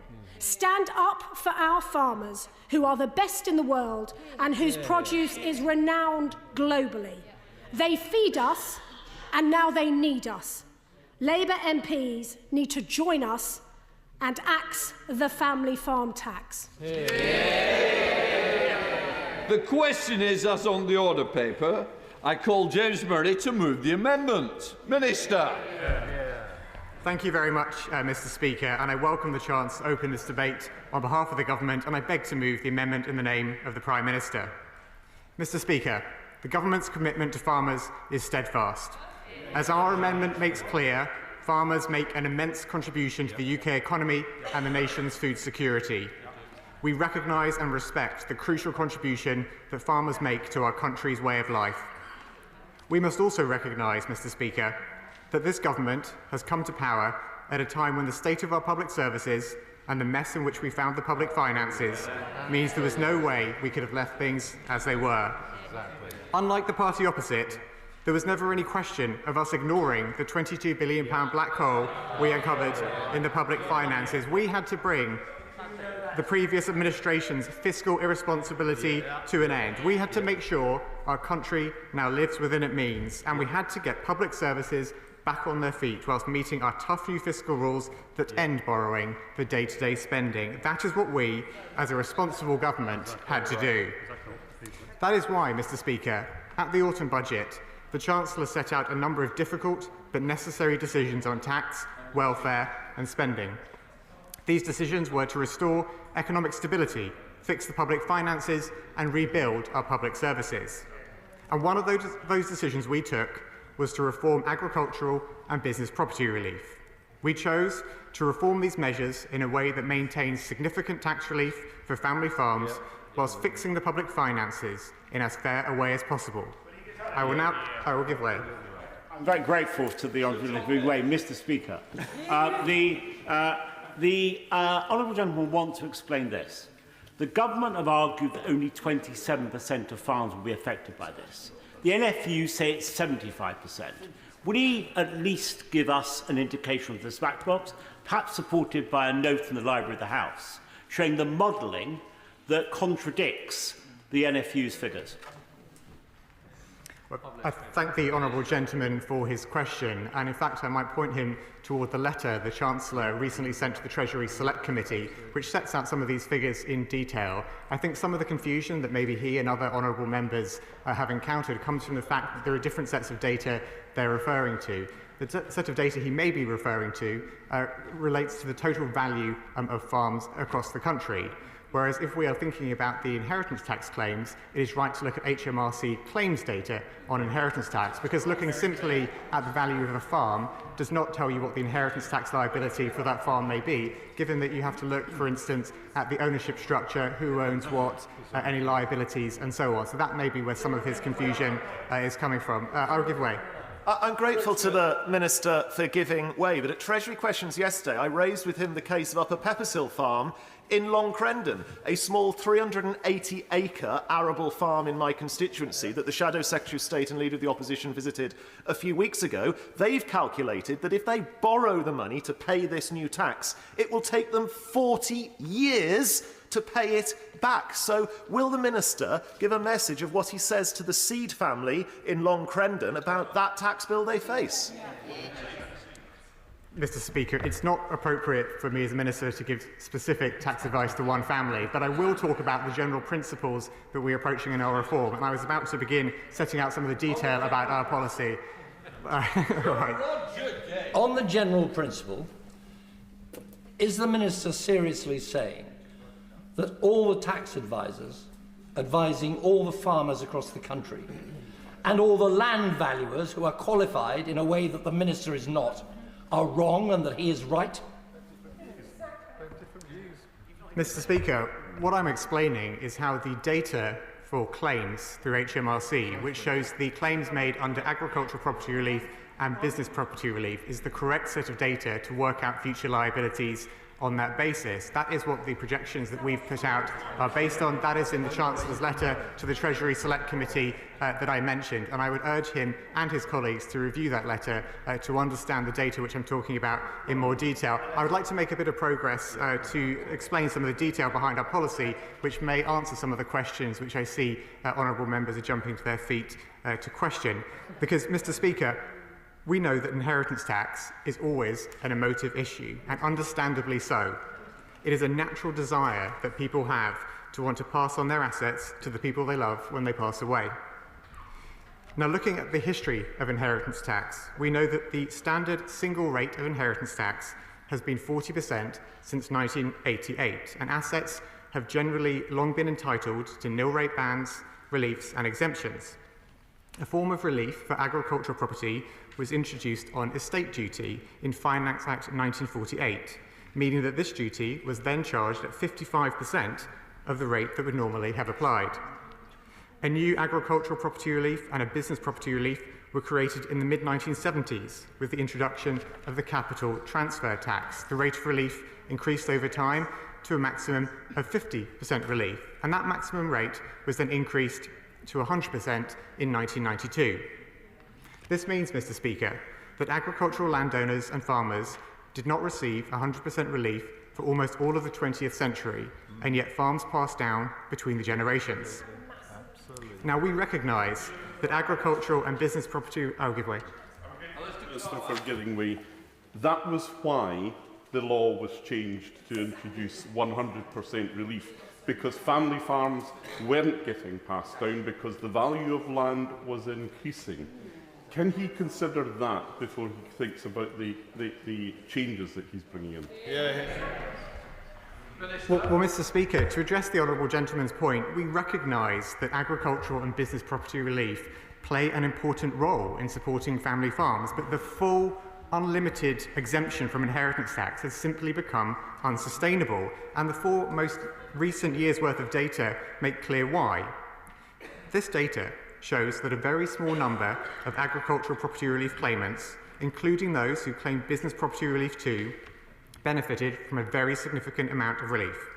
In total, 47% of the exchequer cost of the relief went to the top 7% of claims. Just to be clear what this means, to put it another way, for every 14 or so estates, the top 1 amongst them claimed half the total relief. I'll give way. John Blair. Mr. Speaker, what concerns me most is there hasn't been an impact assessment, but if the major driver for the government, whether we accept it or not, was to raise some money from this source, why weren't other more effective mechanisms used, such as business rollover relief, where a business could be sold in another context, rolled over into buying land and deferring capital gains tax? If that mechanism had been used, then money would have been taken from much wealthier people who weren't actually producing food in the first place.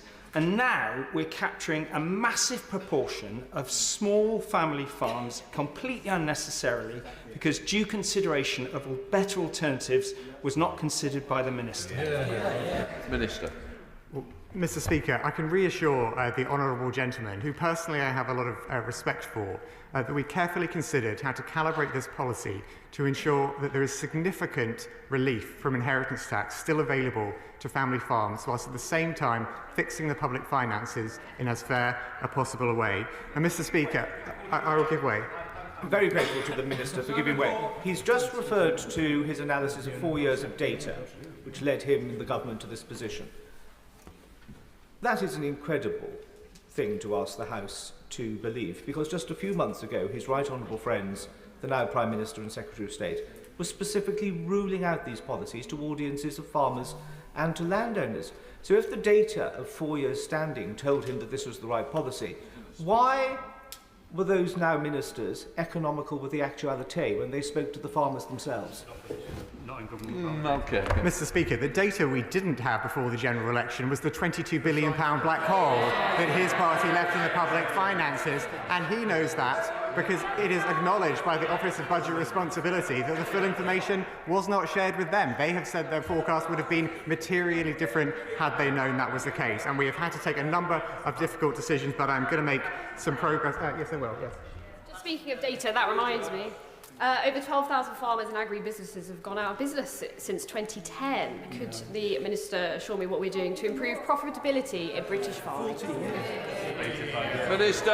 Yeah, well, my honourable friend is absolutely right to highlight the decimation of businesses by the Conservatives' time in office. And what we know that businesses across the economy need is stability, is public finances on a firm footing, and investment in our public services. That is what businesses across the country need to invest and grow for the future. But, Mr. Speaker, I will give it one more time, then I'll make some progress. I'm very grateful to the honourable gentleman for giving way. He's a Treasury Minister. Can I suggest that some of the disparity between the Treasury figures and other reputable bodies representing agricultural interests is because of land values? Average values in the Cotswolds are now, for ordinary land, £15,000 an acre.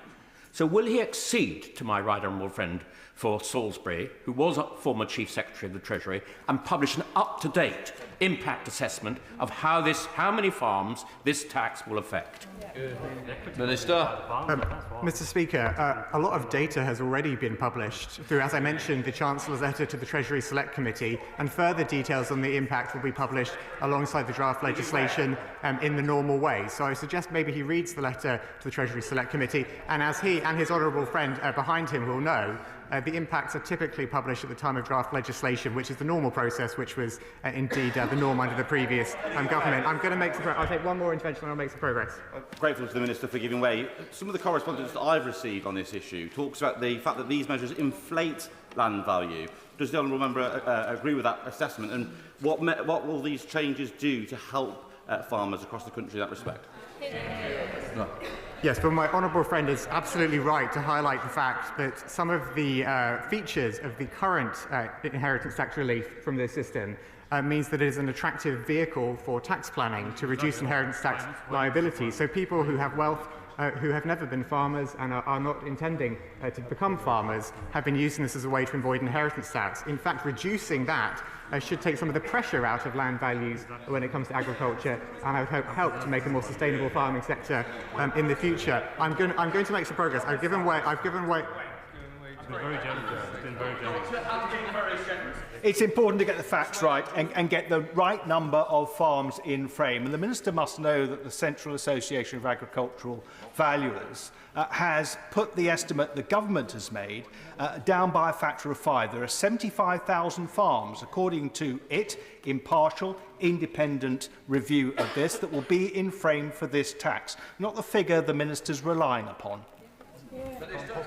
Mr. Speaker, my response to the honourable gentleman is the same as I said to his honourable friend behind him, which is I believe he is looking at the data of the total value of farms rather than of inheritance tax claims. The two are different things.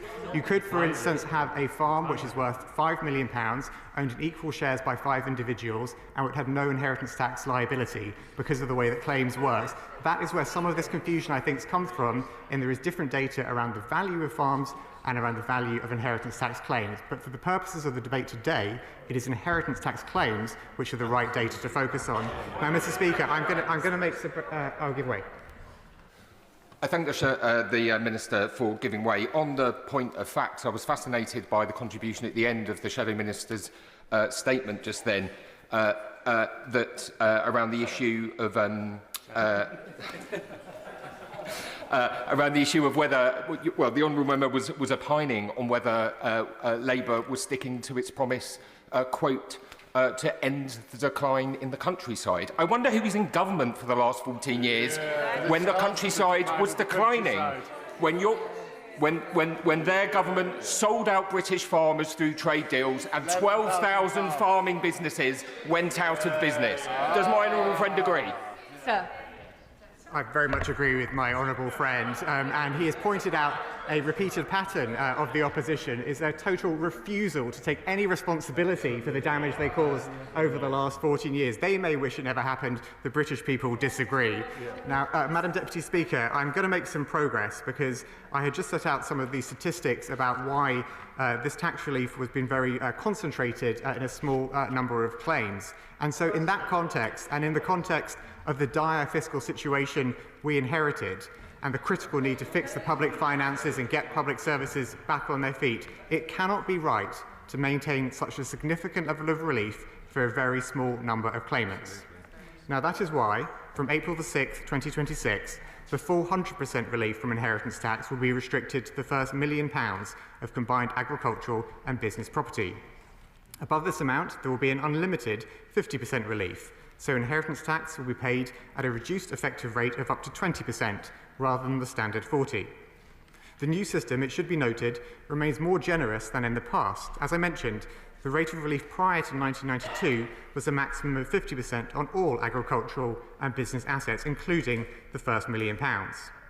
The reliefs we are providing will be on top of all the other exemptions and nil rate bans that people can access for inheritance tax too. So taken in combination, this means that a couple with farmland will typically be able to pass on up to £3 million worth of assets to their descendants without paying any inheritance tax. I'm not going to give it. I'll give way to the Honourable Lady.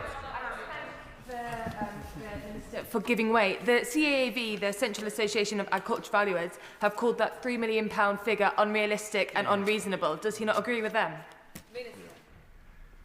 The £3 million figure is what a typical couple could expect to pass on to their direct descendants using the various nil rate bans and inheritance tax reliefs. I would advise any specific family to get advice from an accountant or a financial advisor, but in terms of the scale of reliefs, when you combine the inheritance tax relief through agricultural and business property relief, along with the nil rate bans, nil rate residence bans and the transferability between spouses, that is how we come to the figure of £3 million.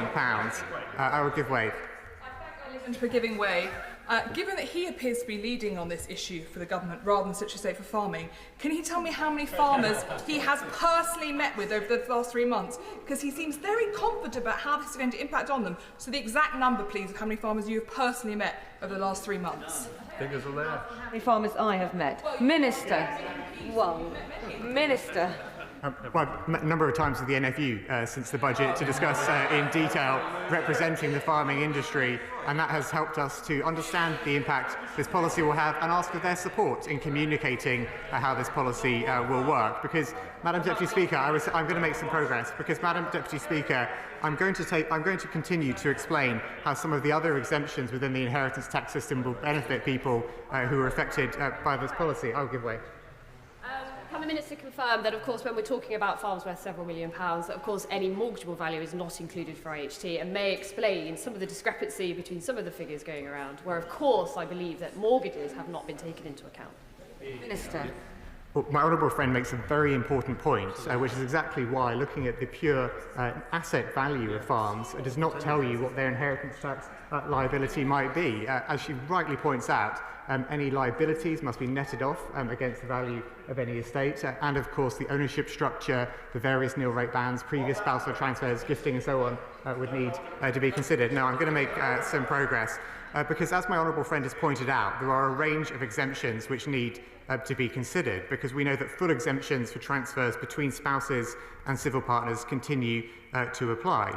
Any transfers to individuals more than 7 years before death, as gifts will continue to fall fully outside the scope of inheritance tax, and taper relief will apply in certain circumstances within that time. Furthermore, any tax that is due in relation to these assets can be paid in instalments over 10 years, interest-free, payment terms that are more generous than any other part of the tax system. Now, Madam Deputy Speaker, as I have mentioned several times during this debate, these decisions have been based on understandings that draw on data from both DEFRA and HMRC, and I see there has been some confusion, whether willing or not, on the other side about what the data shows. They're always confused. I'll give way. Gentleman for giving way, and he makes an important point here. But the analysis looking at this is there's an average 350-acre arable farm owned by a couple. 99% of their profit over a 10-year period is going to go back towards paying that inheritance tax. That doesn't leave enough money to either invest or to actually live. And I just wonder how the honourable gentleman thinks they can deal with that. Well, Madam Deputy Speaker, I'm confident that in the way we have calibrated the policy, as I set out to the honourable gentleman over there, has been to balance the need to retain significant, generous provision of inheritance tax relief for family farms, whilst at the same time ensuring that we fix the public finances in as fair a possible way. I will give way one more time. Extremely grateful that the honourable gentleman has been very generous. But I think, given the point that has just been made by my right honourable friend, would he not consider, at the very least, looking at some dispensation for farmers above a certain age, given the lack of time they will have to plan for this intervention? Because the truth is that if somebody is near retirement age, the prospect of having 10 years of all their projected profits being eaten up by paying this tax will mean that the farm will not be able to go to the next generation. He must look at some mitigations to deal with that reality for so many farmers who are, of course, concentrated in that older age group. Minister. Well, Madam Deputy Speaker, we know that individual circumstances will vary, and any individual who's concerned about their specific tax liability should obviously consult an accountant or financial advisor, because we would not know, for instance, from a thumbnail sketch whether that person had any inherited nil rate bands, what their liabilities are, what decisions they had made around gifting, and so on. So there is a huge number of factors which will play into this, and it is right that individuals get specific advice rather than things which are said in this chamber may be creating undue anxiety when people should be looking into the detail of what I will give way. I'm very grateful to the Minister, and he seems to be trying to suggest that not much farmland is going to have to be sold off as a result of this.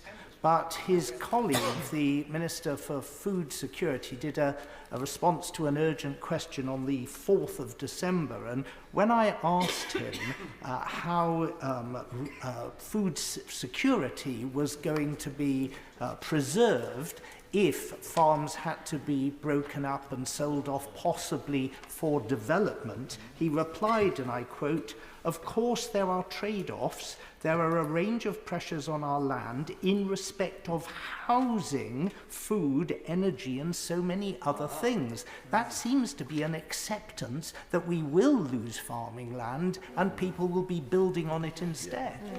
We want homes. Well, Madam Deputy Speaker, that's not how I interpret that comment, but I make no apology for the fact that we want to support farmers alongside making our energy transition and building homes for people across the country. We need to make sure that we are achieving all of the goals that people in this country elected us to do, and I make no apology for that. Now, Madam Deputy Speaker, I was about to talk more about data because that's been a point raised by several honourable members today, and as I've explained a few times now, the DEFRA data shows the asset value of farms in England. But as I've made clear, it is not possible to accurately infer a future inheritance tax liability from data on farm asset values. Any inheritance tax liabilities that farming assets may face would be affected by who the owners are, the nature of the ownership, how many owners there are, any borrowing they have, and how they plan their affairs. For example, a farmer... I will give way. I'm most grateful to the Minister for giving way. The Minister talks about data, Madam Deputy Speaker. Will the Minister agree, given the massive discrepancy in the impact of this policy, that if the data shows in 12 months and 24 months that the government has got this catastrophically wrong, that you will actually revisit this policy and do a U-turn? No. Minister. Madam Deputy Speaker, when we approach policies in government, we thoroughly test them and consider the detail of their policies. We consider the data of that policy, and we make sure that any conclusions we draw are based on the correct set of data, which is part of the conversation that we are having today. And there is some, I don't know whether it's mischief or misunderstanding, but there is some focus on the total value of farms rather than on inheritance tax liabilities. It is inheritance tax liabilities which is the correct data to look at in evaluating the impact this policy may have. I'm going to make some progress, because as I said earlier, Madam Deputy Speaker, a farm worth £5 million but owned by 5 relatives in equal shares could have no inheritance tax liability. I will give way to the Liz Truss cheerleader on the backbenches. I thank the Minister giving way. The CLA does point out that 46% of farms are owned by individuals, and the data produced in the letter does not take into account this, and it works more on couples getting the relief. Will the Minister look at this and take into account 46% of farms are owned by individuals? Yeah.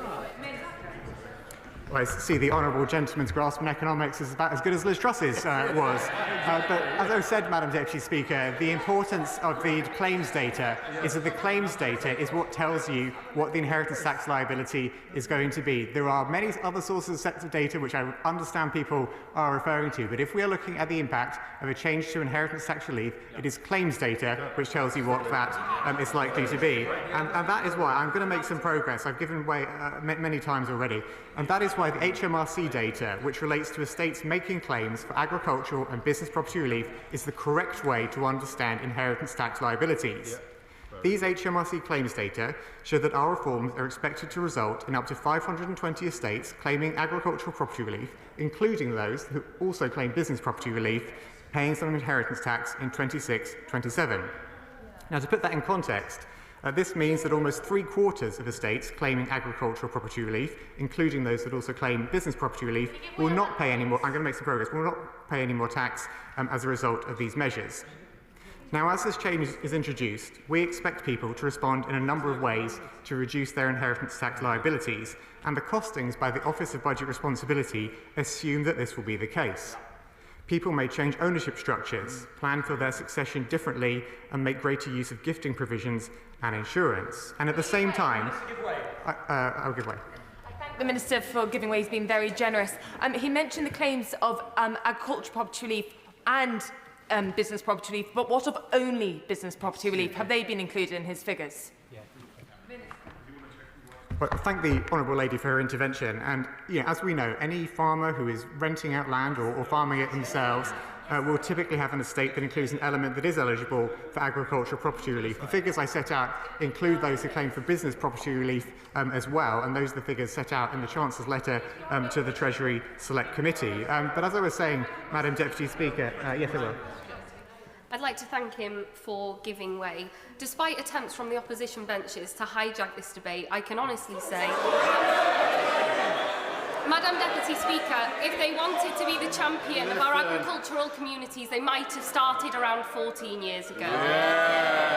The conversations that I have had with farmers in my constituency have been balanced and productive in their scope, with an understanding of why these provisions are brought in.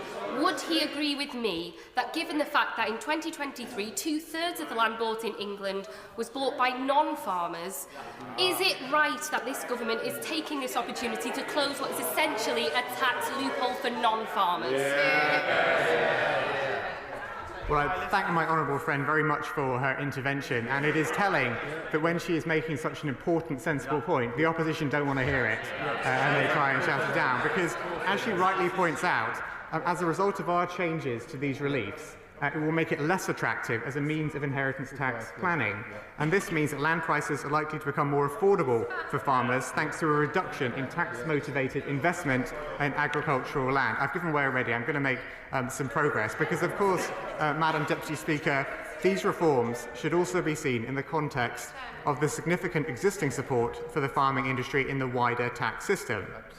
This includes the exemption from business rates for agricultural land and buildings, the ongoing entitlement for vehicles and machinery used in agriculture to use rebated diesel and biofuels, and the exemption from the plastic packaging tax for the plastic film used to produce silage bales. On top of this, farmers are able to add together their profits from farming for 2 to 5 years and be taxable on the average of those profits, building flexibility into their tax arrangements for difficult years and unexpected challenges. I will give way. The Minister giving way.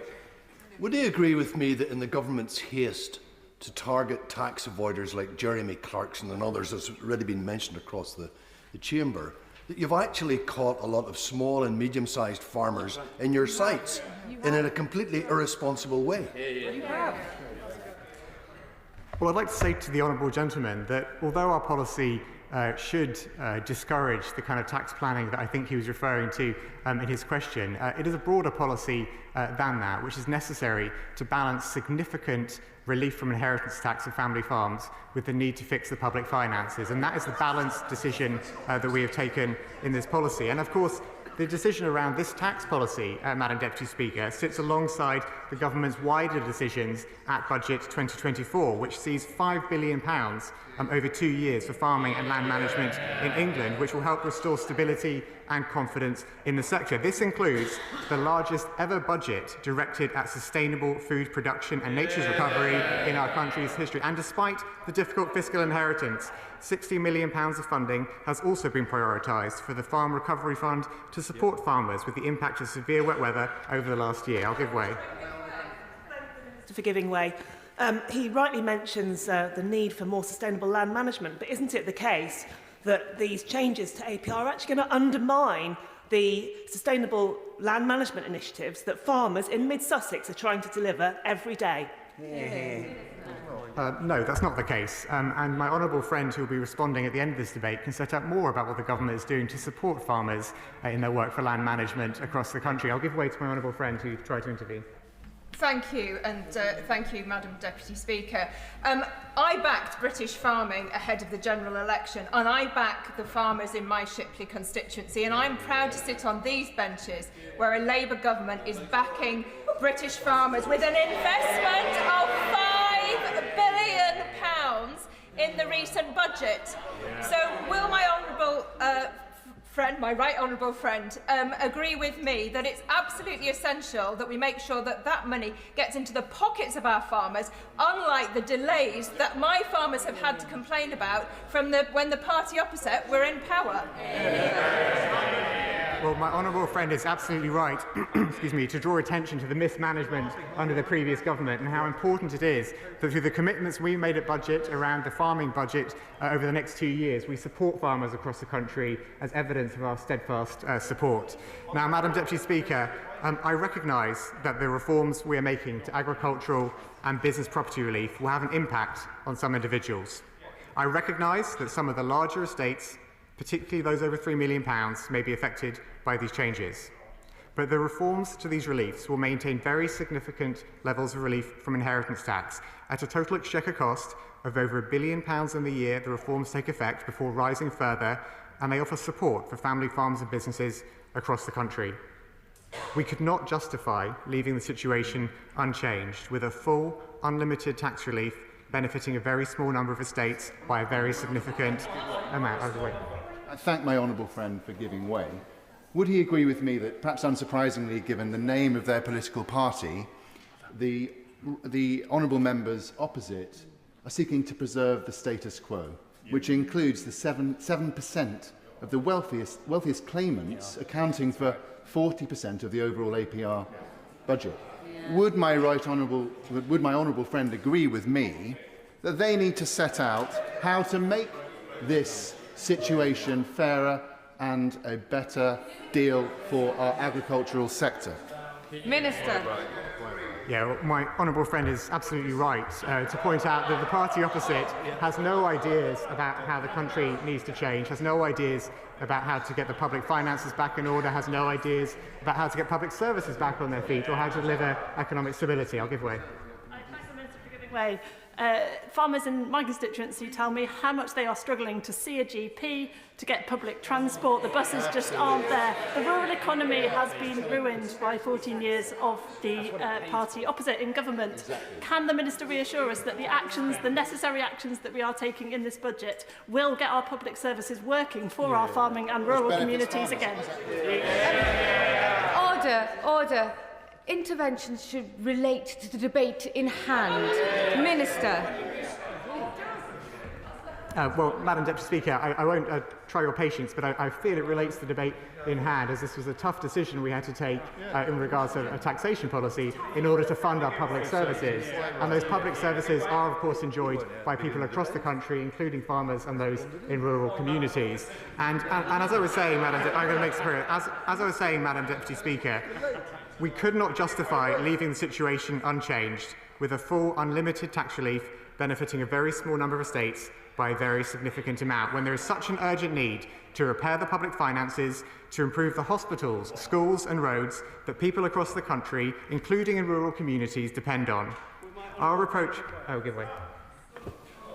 And I thank my honourable friend. There's lots of talk from the opposite benches who are getting very excited by this debate about farms, but also we have to remember that farms rely on farm workers as well. In the name of accuracy, could my honourable friend put on record for us a reminder of which parties opposite, including the Lib Dems, voted for the abolition of the Agricultural Wages Board in the last government and actually drove down rural wages, and that we should be talking about farm workers? Isn't it true the only thing the opposite benches want to talk about when they mean exemptions is exemption of their own record being under scrutiny?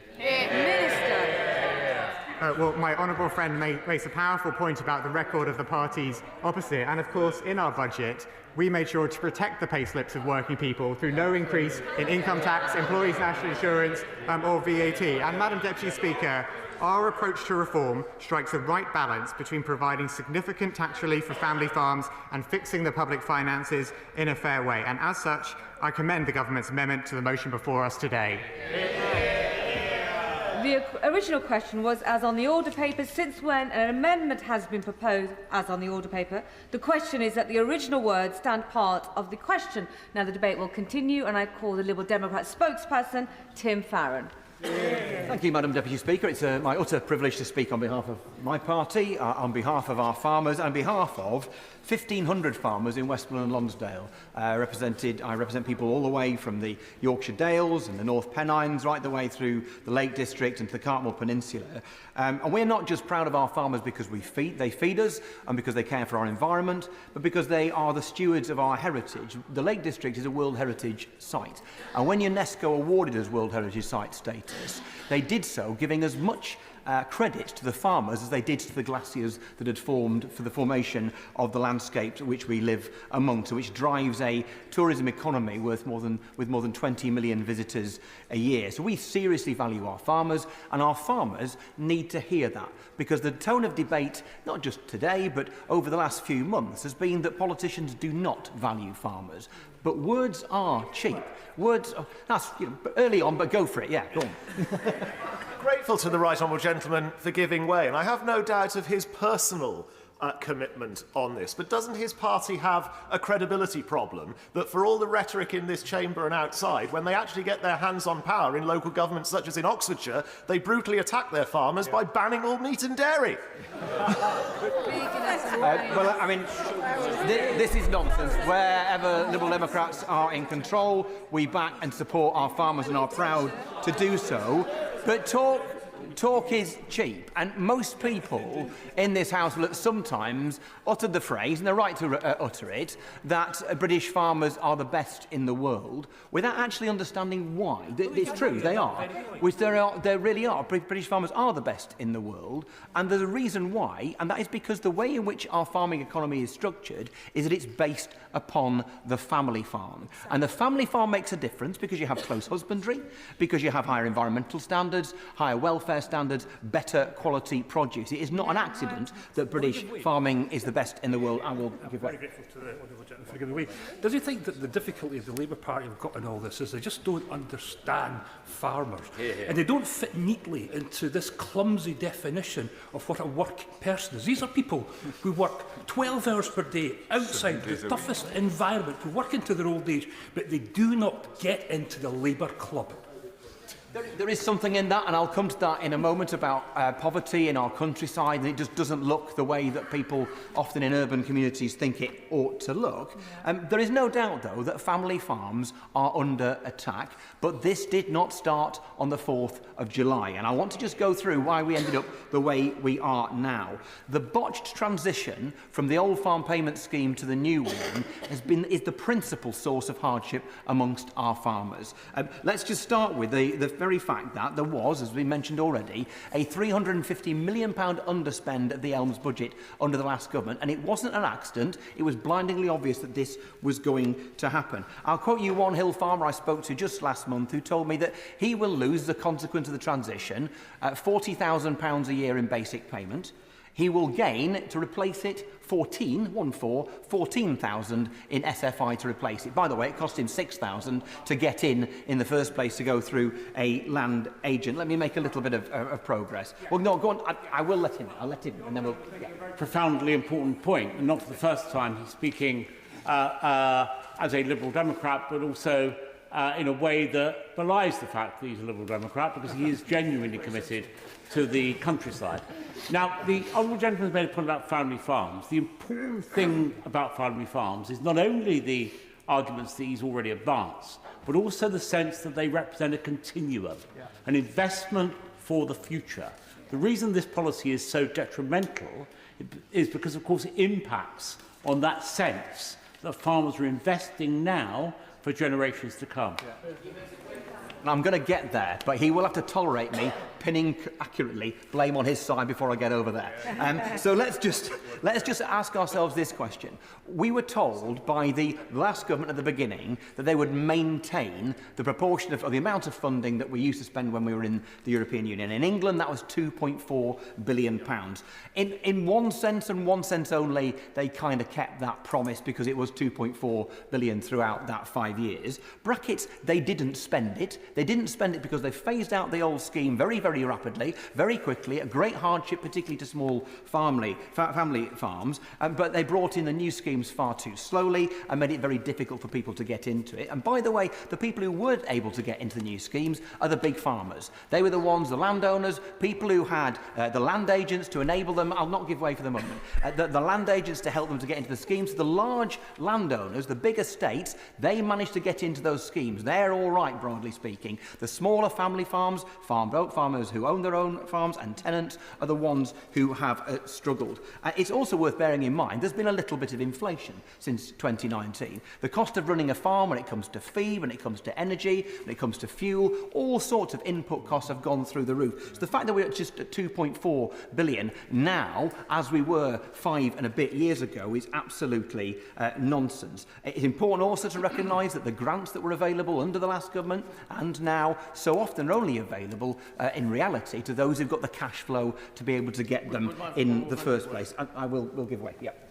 Madam Speaker, I thank my honourable friend for giving way.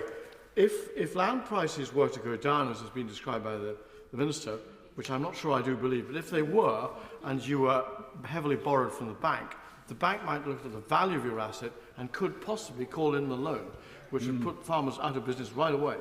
I've heard that from land agents in my own constituency, and my honourable friend makes a really interesting point. We obviously don't know what will happen unless and until it happens, but one potential is that is exactly what does happen, in which case there's no money to invest in businesses, and people will end up not being able to pay back their loans, and also the government won't make anything like the amount of money that it thinks it's going to. So whatever the outcome, it is bad news for farmers and actually also for the Exchequer. It's also just worth bearing in mind that where that money that the last government spent has gone, and it has gone on landscape recovery and other schemes, mostly taken up by very, very, very large estates, where either smaller farmers have got nothing or tenant farmers have had to do just exactly what they are told. And we have seen something in my part of the world of a Lakeland clearances over the last 3 or 4 years as a result of all this. So let us not forget that pre the 4th of July, the farming economy was under enormous threat and enormous danger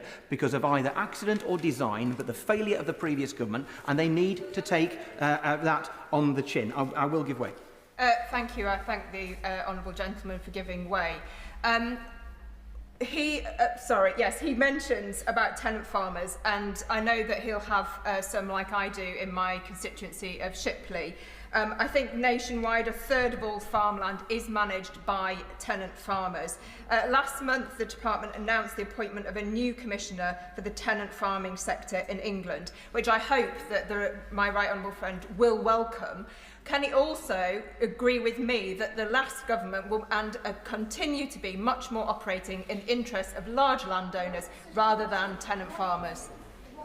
So I think that, she makes a very good reference to the outcome of the Rock Review, which took place under the last government. The last government took too long to put those things into practice. I am pleased that this government has said that they will implement the recommendations of the Rock Review. Baroness Rock, by the way, deserves enormous thanks and praise from all of us for her work defending tenant farmers. But it's also and that she's not been replaced is very regrettable.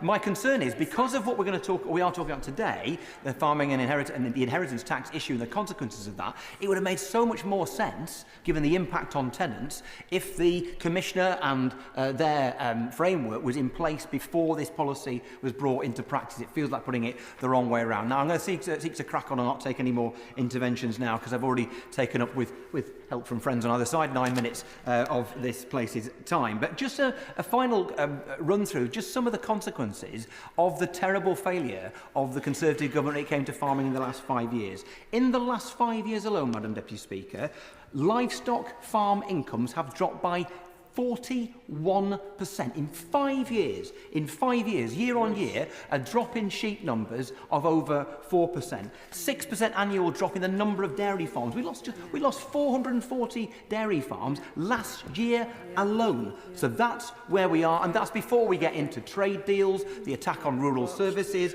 healthcare, dentistry, and I am going to very quickly make a reference to Brexit, because without a doubt, the impact of us leaving the European Union and having the terrible deal that they signed up to us to has had the biggest of all impacts on agriculture. So, Madam Deputy Speaker, you'd think the new Labour government had a massive open goal in front of them, given what they inherited from the other side. Massive open goal, no goalkeeper between the posts, and somehow the ball ended up in Rosette. I find it almost impossible to how they've managed to fluff that opportunity. The family farm tax, I want to just talk about two people who gave me really useful insight in the last couple of days, both from my constituency. Both of them gave me 4 separate case studies. The first was a land advisor who talked to me about, again, 4 farms. Their story was about shrinking business as a result of the family farm tax, about the ability, and indeed the reduction in the value of land potentially, which means that they wouldn't be able to invest in their businesses, and secondly, there wouldn't be the tax yield that the government is banking on. And then another who was a local accountant who gave me 4 anonymised case studies of local family farms in my communities. And of those family farms, only one of them was earning above the minimum wage. 3 of them significantly below the minimum wage. In those 4 particular cases, 2 would have to sell off parts of the farm to pay the inheritance tax, and 2 would have to sell the entire farm altogether. And the next question is, who will those farms be sold to? We heard from a member opposite a moment or two ago about the proportion of farmland being sold into private hands, into private equity and so on. Well, it'll go into those hands even more, as if the neighbouring farm is going to buy that land off them when they're in the same predicament themselves. So what we're seeing is hard-working farmers on less than the minimum wage having to sell off their land to private equity. Is that a very Labour thing to do? By the honourable member behind talks about Labour not getting the working class in the countryside. Perfect example. It's not too late for them to learn. And I would just say that yes, happy to give way. I thank my honourable friend for giving way. It seems clear that just like the winter fuel allowance changes, the government have missed their target here, and as my honourable friend rightly says, it seems obvious large landowners will have the ways and means to avoid this tax. Does my honourable friend agree with me that there should be some form of working farm test? Yeah, I mean, those are the things that the government should have been thinking about. We heard from the Minister that lots of planning and diligence had gone into this before it came out of the Chancellor's mouth on budget day. It doesn't feel like it, because there's a whole range of issues like that that could have been considered in advance. I want to just move on from the inheritance tax issue to another matter which I think will do more immediate harm to farming even than the inheritance tax changes, and that's the government's decision to summarily reduce basic payments by 76% in one single year. This will have a direct impact in particular on tenant farmers who are relying upon that money, who will end up missing their rental payments. We will see evictions as a consequence of it. It's also worth bearing in mind that the government's trumpeted $5 billion over 2 years. My basic maths tells me that's $2.5 billion a year. The $2.5 billion a year, I'm careful or nervous about making confident predictions anywhere, particularly in this place, but my confident prediction is they won't spend that budget. If you cut basic payment by 76% and you haven't got the new schemes up and running to replace them ready yet, you're not going to spend that amount of money, and this government will end up in the same mess the last one did by underspending. Yeah. Huge respect for the gentleman opposite, who's also my neighbouring MP, but I do have a question. There was a suggestion from his backbench a moment ago for a working farm tax, and it wasn't clear to me whether he accepted or rejected that suggestion. And also, we've heard Liberal Democrats from those benches in recent weeks talking about land taxes and wealth taxes as alternatives to raise the revenue to fund the many spending commitments that his party has made. I just wonder if he would clarify the point on those. My honourable friend, so I thank my honourable neighbour for his point, and to clarify my response to my honourable friend from North Cornwall, could the government have looked at a working farm qualification exemption so those people would never have to pay this, and that you would potentially look, who knows, at allowing those people who are not active farmers for them to be under the HMRC microscope instead, and that would be something which would be far preferable to what we have got. Let's just look at the issue about grant payments, which I think is really significant. We've talked about, I absolutely am of the view then that with the cut in basic payments and the failure of the government to be on message and as quick as they should be when it comes to the new payments. We're going to see an underspend from this government as well as we did for the last one. I'm pretty confident of that. But we've seen in recent days the government's decisions to pause capital grant payments, which is going to be a huge blow to our farmers. The kind of areas that will end up being cut or paused are issues to do with hedging, walling, fencing, countryside stewardship grants to allow nature-friendly farming, work to prevent pollution of waterways, slurry storage, covered yards to clean up our rivers, peatland restoration, storing carbon and being the cornerstones of natural flood management. Matthew, one of my constituents who farms in the Eden Valley, explained yesterday that he had just finished installing 10,000 metres of fencing for a nature-friendly farming project. The pause in the grant funding means that he will not be able to buy any hedge plants to finish the work, nor will he get the mid-tier countryside stewardship annual payment. He says some say it could be paused until June. This is a business-breaking issue. On top of that, just very briefly, the higher level schemes payment have not increased since I entered this house in 2005. £40 per hectare for moorland restoration in 2005, £40 per hectare today. It's a brutal attack on hill farmers and those who farm in our common land. Again, some of the SFI options on common land are good, and to be rewarded for doing more for nature is a good thing, but currently the SFI moorland options are closed to all common land because of technical issues online. So we can see those consequences very, very clearly. Look, amongst all this, farmers are struggling, often with their mental health. The isolation you feel when you are farming and you have farmed a valley, let's say, for generations and your family have, and you might be the one who ends up losing the family farm is utterly, utterly devastating. And farmers do, though, just crack on with doing the job, and so our job is to be their voice. Farming is a glorious vocation. The work farmers do to protect our towns and villages from flooding, to promote biodiversity, to back the tourism economy, to tackle climate change, to be the underpinning of landscape heritage, to produce our food. And that, Madam Deputy Speaker, is the real fundamental failure of the last government and of this one. They have brought together agricultural policies that actively disincentivise the production of food. That is criminal and it is foolish. And that is the first thing Liberal Democrats will put right. A food strategy, additional £1 billion a year for ELMS to back our family farmers. It is time we listen to farmers, and it's like time we listen, and I promise I am finishing now, to listen to farmers such as Liz and Matthew Staley from near Kirby Steve and their sons, Luke and Lewis. I talk to Liz just regularly, and she says there is so much anguish out there for farmers. On the new schemes, she says, they aren't working and there isn't the crossover yet. They're just making it harder to make a living. I want to encourage people on all sides, especially in government, to listen to Liz. It is farmers' vocation to save our planet and to feed our country. The least we can do is to give them the value and the future that they deserve. Yeah. Now, this is already an oversubscribed debate, but to point out a simple fact, if you were not here for the opening speech from the Shadow Minister, you will not be called. That is basic etiquette. I call Mayor Ellis. Thank you, Madam Deputy Speaker. I represent Ribble Valley in Lancashire, one of the most beautiful constituencies in the country and one of the most rural in terms of the number of farms on my patch. There are 820 farms on my patch, including 121 dairy farms, who I single out as probably the most passionate and dedicated of farmers that I've encountered. Madam Deputy Speaker, the problem with this motion is that it ignores the wider context of what is happening in our rural economies. Let me talk briefly about how remarkable those rural communities are. Not only are our farmers vital to our food security, but they're often there to do the intangible work that you don't see on a local authority balance sheet, gritting and clearing those smaller roads in winter that councils can't get to, maintaining all those beautiful countryside walking routes that we all get to enjoy for much needed rest. There are endless examples of how farmers are the best examples of the community spirit that we are rightly so very proud of in this country.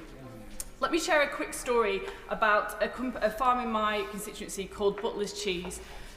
Butler's produce the famous Blacksteed's blue trees, and I believe are the second largest producer of cheese in the UK. Last year they suffered a devastating fire which completely destroyed their packing and logistics hub. But what's really remarkable about this company is that they rebuilt a whole building in a few weeks using all the networks of their suppliers around them to help them do that. And that was based on the faith and goodwill that these farming communities engender. They were able to retain the 95 staff that they had, as well as jobs in 20 to 30 local suppliers. Those are the farms that we are supporting and that we need to make sure our strategies work for in the long term. Butlers are a fourth-generation farm that would not be back on its feet today without the relationships and trust that are so embedded in our rural communities. So here's what I'm excited for in terms of what Westminster can and is doing for farmers. We can provide clarity on the mission. One of the best things about this new Labour government is our focus on overall missions for this country, to be able to be clear to farmers and farming communities exactly what the Labour government plans to achieve over this decade of national renewal, with a clear ask to farmers of how they can contribute to that mission and how they can benefit. That level of clarity is what I heard time and time again in campaigning in terms of what farmers hadn't had for years under the party opposite and what they desperately need going forward. I'll give way. And I fully recognise how much she wants to serve her new constituents there, and I hope she's right. Does she recognise, though, how difficult it's going to be for farmers in her constituency, like in mine and East Wiltshire, to pay this inheritance tax? The fact is that land values are very high. The capital value, the abstract value, can be in the tens of thousands, but the actual income that an acre of land generates can be in the hundreds. So there's an enormous disjunct between the value of the land in the abstract, as far as HMRC are recognised, and the actual money that that farm will generate. How does she think that the farms in her constituency are actually going to pay this inheritance tax? I welcome my honourable friend's intervention, and as I'll come on to, I think what I would like to talk about today is about the opportunity for increasing that prosperity of farmers, because that should be our mission in what we're doing. So the second thing that I think we really, the opportunity for farmers here is around procurement and trade, using the government's own purchasing power to back British produce so that 50% of food brought into hospitals, army bases and prisons is locally produced. We can protect farmers from being undercut by low welfare and low standards in trade deals, and we're looking to seek a new veterinary agreement with the EU to get our exports moving. And lastly, I just want to touch on devolution and its ability to empower local understanding.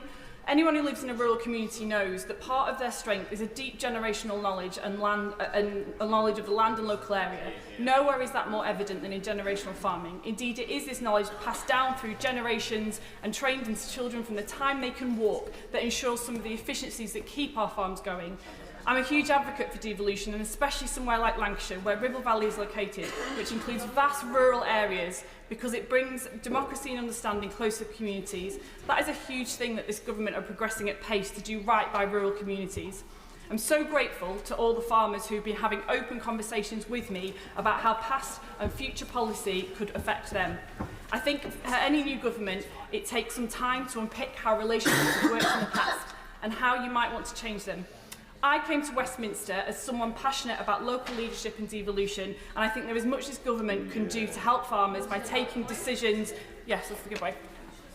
Member for giving way, and she's making a very eloquent speech about farming and the importance that farmers are to our community. There'd be no farmers to actually do the roles that she's indicating, gritting the roads and cutting our hedges and feeding the nation that we live in. She makes a point about devolution. Would she actually agree that Deirdre from my own from Northern Ireland has said that 1/3 of farmers will be impacted by this agricultural property tax? 75% of our dairy farmers will be the hardest hit.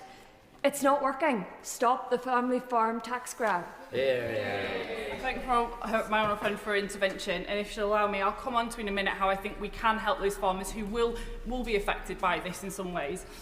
Just to finish the point about devolution, as an MP in an area that with huge extents of rural economy, it's critical to me that devolution reflects our rural areas as much as our metropolitan ones, and I look forward to seeing how the upcoming devolution white paper addresses that challenge. I also think that town and parish councils that really understand our rural communities can play a bigger role in the local democracy. An interesting speech, if I might say so, and I'm grateful for it. She's absolutely right. We should import less food. She's absolutely right. We should use government procurement to help with that. And she's absolutely right about the intergenerational quality of family farms. Will she acknowledge that in delivering the kind of food security that her speech implies, we cannot have farmland, the most productive farmland, eaten up by large-scale solar developments and housing. We need to protect our grade 1, 2 and 3 land for the very reason she gave, that allows us to deliver the food security that she and I both want. I welcome the Honourable Friend for his intervention, and I think, as has been pointed out by the Minister, we have faith that many farms won't be affected by this, and it won't have as produce an impact as the opposite side is leading people to believe. I'd just like to talk about the opportunity that we have here in terms of supporting our farmers. So, as I touched on before, to respond back to the intervention earlier, I have farms in my community who I've sat down with and I have worked through the issues. They're taking their own tax advice, but just an example, we do have a farm that we think is worth around 3.6 million. So they will be liable for around £12,000 a year over the 10 years. But for me, the argument back to that situation is that if we increase that, if that's 12k an extra year, if we can increase that farmer's profits by 20k a year, by reducing energy prices, by increasing British supply procurement so that 50% of public sector food comes from these farms, and by a better health service ensuring that all members of that family can be strong and well to work, that's the opportunity here. Yes, we need to make our tax structures work better. That's fixing the foundations. But the real aim and prize here is increasing the opportunity for farmers so that they have the stability and investment and real sense of purpose and mission that allows them not just to survive, but to thrive.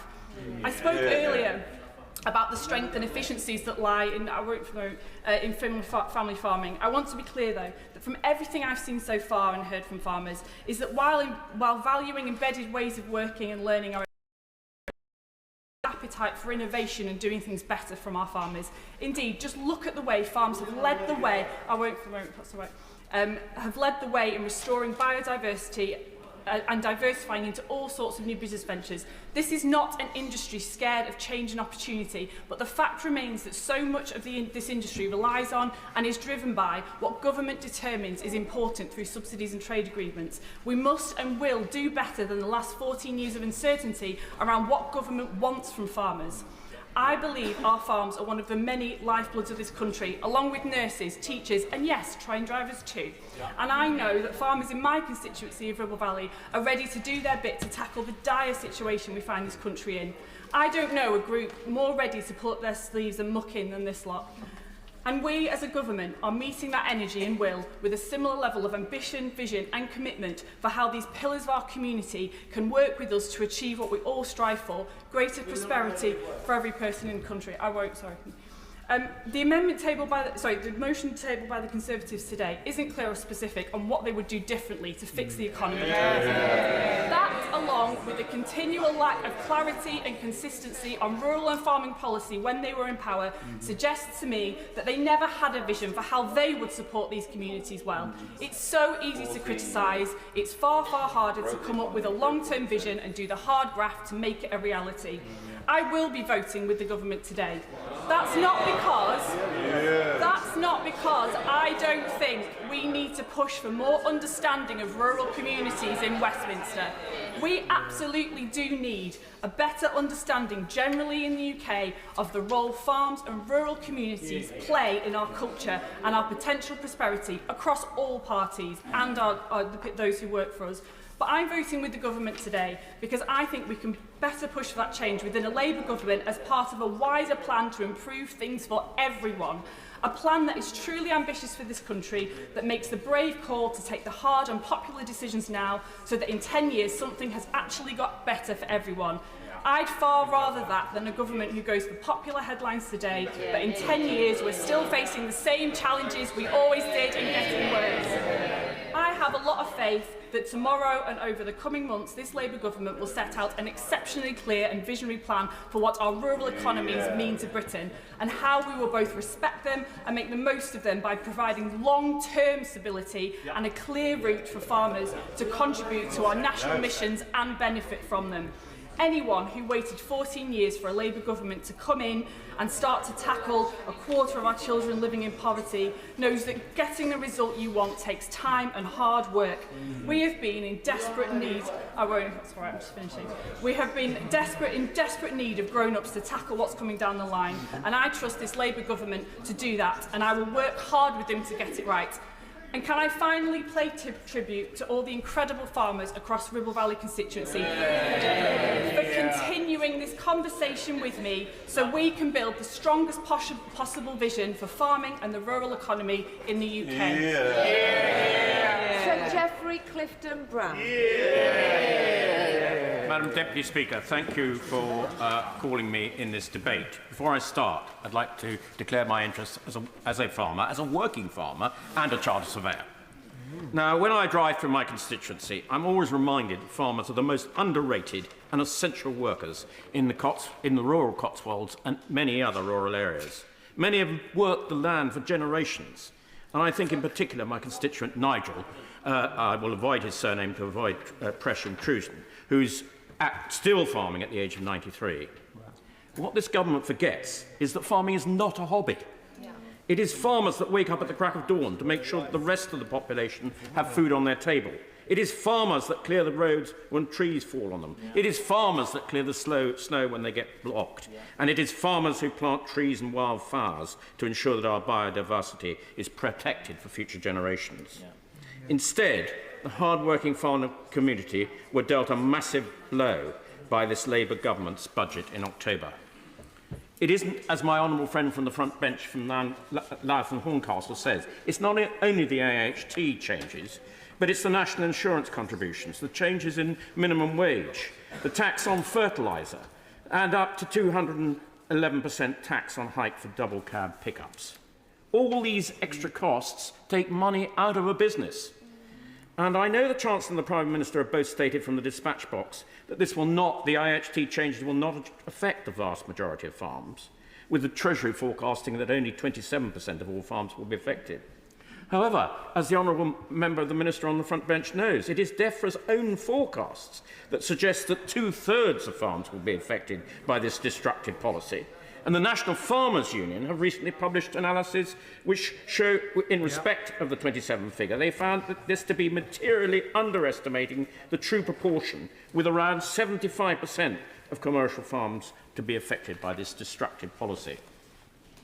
This is due to the Treasury using figures that are based on the 21-22 APR data, which is not representative of the current situation today. We've already had an exchange in interventions, just let me make this point, about land prices. And I disagree with the honourable gentleman who said that these policies that inflate land prices. You can't buck the market. It's not these policies that inflate land prices. It's other people coming in from outside agriculture that are putting up the prices. I give way to the honourable gentleman. I thank the honourable gentleman for giving way. Is it not the case that the language the NFU used was that these are farms who may potentially be affected by the policy, and taking no account of estate planning or any other mitigations that people might use? As the Secretary of State said, people take action in the event of change, and the NFU has ignored that in quoting those statistics. I appreciate the honourable gentleman's intervention. If he will just listen to my speech and listen to the examples that I'm about to give, then perhaps with an open mind, he might change his mind on what he's just said. So, in addition, the Treasury does not include the impact of claims for business property relief, which also fits under the same £1 million ceiling. And according to the NFU, 40% of farmers also claim BPR on machinery and livestock. This makes the £1 million ceiling even more restrictive. And the government, as we had an exchange earlier, has failed to complete a proper impact assessment on the changes to APR and BPR on the rural economy. And the CLA have modelled, and I thought that honourable gentleman opposite might be interested in this, that these changes will lead to 5% of rural businesses closing, with up to 190,000 jobs being lost from the rural economy, and some in very remote and difficult areas to replace those jobs. I don't want to give away too many people, otherwise the Deputy Speaker will, but I'll give away once more to the honourable gentleman. Very grateful to the honourable gentleman. He mentions a risk that's of 5% of agricultural businesses being at risk. Is it not true that under the last government between 2019 and 2024 in his own constituency of North Cotswolds that there was an 8% reduction in agricultural businesses thanks to the policies of the opposition. Period of a much longer time, but this will act much quicker. I can assure the honourable gentleman that once this tax starts to bite, those jobs will be lost quite quickly. So just to put this in perspective, the OBR has predicted that only 590 million a year is due to be raised from this destructive policy. The DWP budget in this government's budget and that pronouncement is a whopping £275.8 billion a year. So the revenue raised from this tax would be a mere 0.2% of this total amount. Now, over the weeks, I've had countless emails from worried farmers about their futures. And I was lucky enough to meet some of them who came up to London to protest recently. And I've met farmers who were varying in age from their late 20s to their early 90s. And it really was a very valuable meeting. Many of these farmers have never protested in their life, but they've chosen now to use their voices when their livelihoods are under threat. And again, to avoid press intrusion, I'd like to cite the case of David and his younger son, who farm a farm in the North Cotswolds of 265 acres with a suckler herd and 200 small flock of pedigree Dorset sheep. They have a range of modern and traditional buildings, and they've already diversified their buildings. And when they include their house, they estimate that their business is worth £5.5 million. He would be entitled to about £1.5 million in relief, and after the 50% relief from inheritance tax, with an effective rate that the Honourable Economic Secretary from the Treasury went through these rates, would leave him with a taxable amount of £800,000 on his death.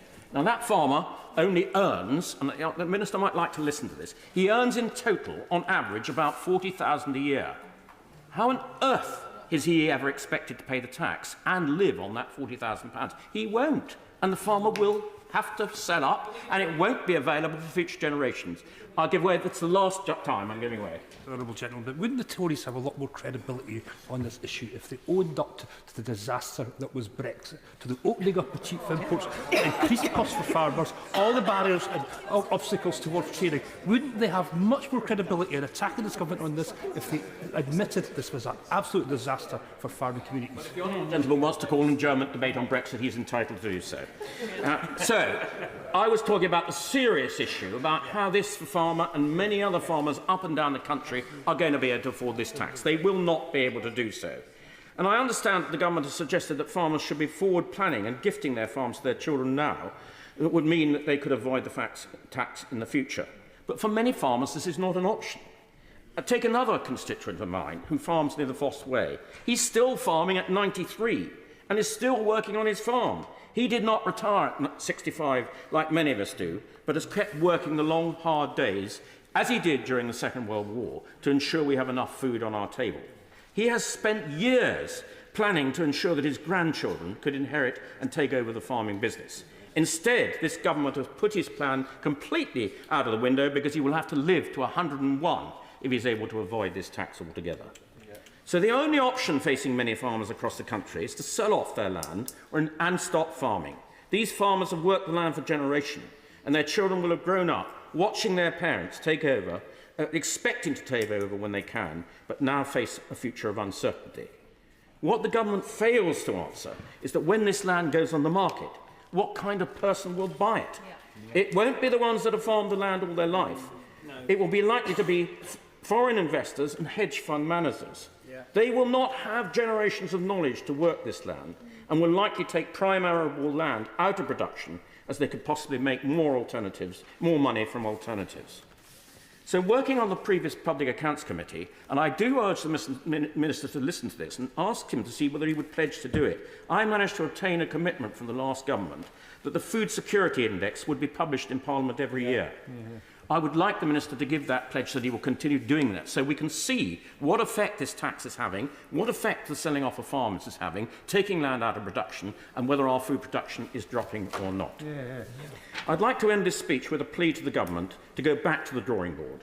I understand that a technical tax consultation on these changes is due to be published early in 2025, and I urge the government to use this time to talk to farmers and professionals across the country and find a way that will ensure that farmers like Nigel do not lose their life's work to the taxman. Some obvious alleviations, changes to APR and BPR, would be to raise the threshold so more smaller-owned and rental farmers would be exempt. And a longer transitioning period will help farmers like Nigel, the 93-year-old, and that, however, the best outcome would be to reverse this policy altogether. Farming is under threat. I do not want to see the fabric of our countryside destroyed for future generations.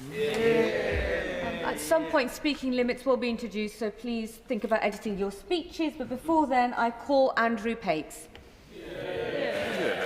That was quicker than I expected, Madam Deputy Speaker, so thank you. So, Madam Deputy Speaker, it is a privilege to speak in this debate. Nothing goes to the heart of the health, well-being and prosperity of a nation more than being able to feed and look after ourselves. Britain's farmers and our farming workforce are part of the essential infrastructure that keeps this country going. I am proud to represent a constituency with such a rich food and farming heritage. Farming is in our DNA. And I want to start by paying tribute to our farmers and farming workforce. When we talk about any other industry, we recognise the skilled workers that deliver for Britain, the steel workers, the miners, the nurses, the doctors. We should start every debate on food and farming with the same recognition for farmers. Food security begins with the incredible work of our farmers, and I thank them. When we talk about people going the extra mile to look out for each other and care for our communities, farmers do that every day. So this should be a welcome debate on the future of farming. It should be talking about farming profitability. It should be allowing my honourable friend from Mid-Norfolk to talk about agri-technology and how we increase the profitability, and I hope that he does so shortly. Instead, what do we get? We get the political opportunism from a party opposite that should know better. I am proud to be part of the largest contingent of rural Labour MPs in Britain's history. On this side of the House, we were elected to protect and support our rural communities, and we will do just that. And after 14 years, it is a bit rich of the party opposite to now claim they are backing Britain's farmers. I will give way. As he may know, is my constituency neighbour. And I entirely endorse what he said about recognising and celebrating the work of farmers and, by the way, farm workers. But will he understand, I'm sure that most of the members of this side of the House understand it well, assets and income are entirely different things. The farmers' assets are our landscape. Their wealth is our commonwealth. And it seems that the government have failed to appreciate that in imposing a tax on them which confuses their ability to make a living with the asset that's essential for them and for all of us to feed the nation.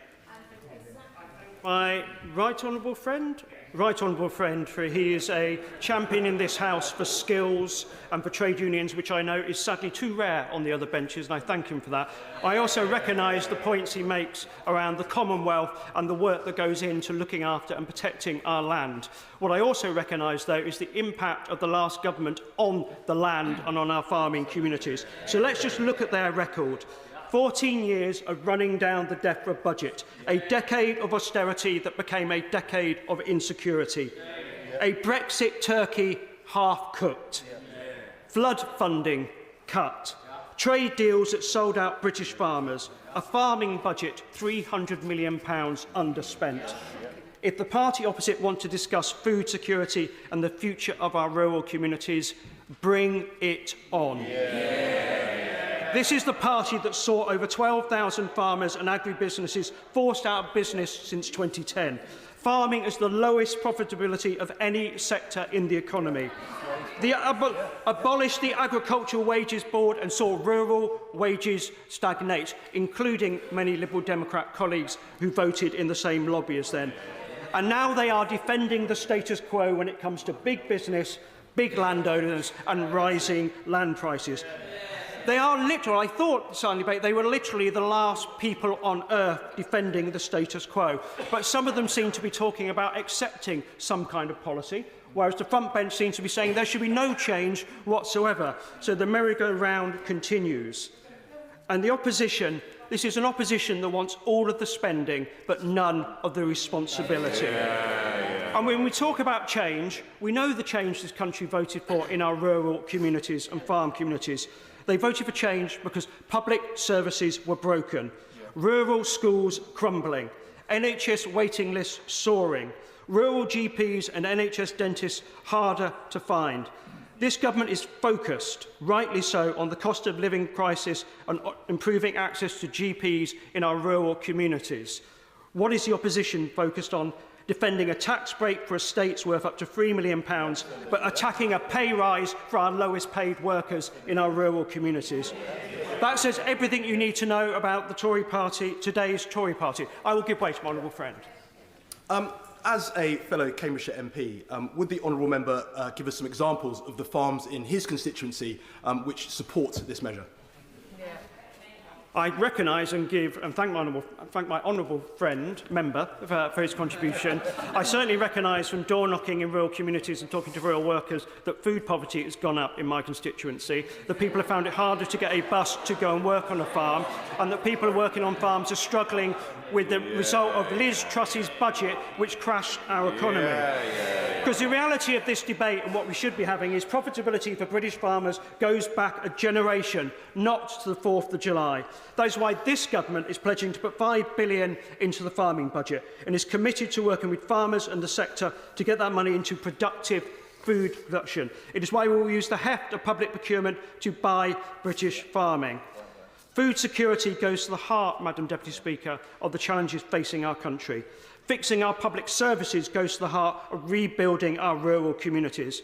Madam Deputy Speaker, if the House wants to do both, it will start by rejecting their motion.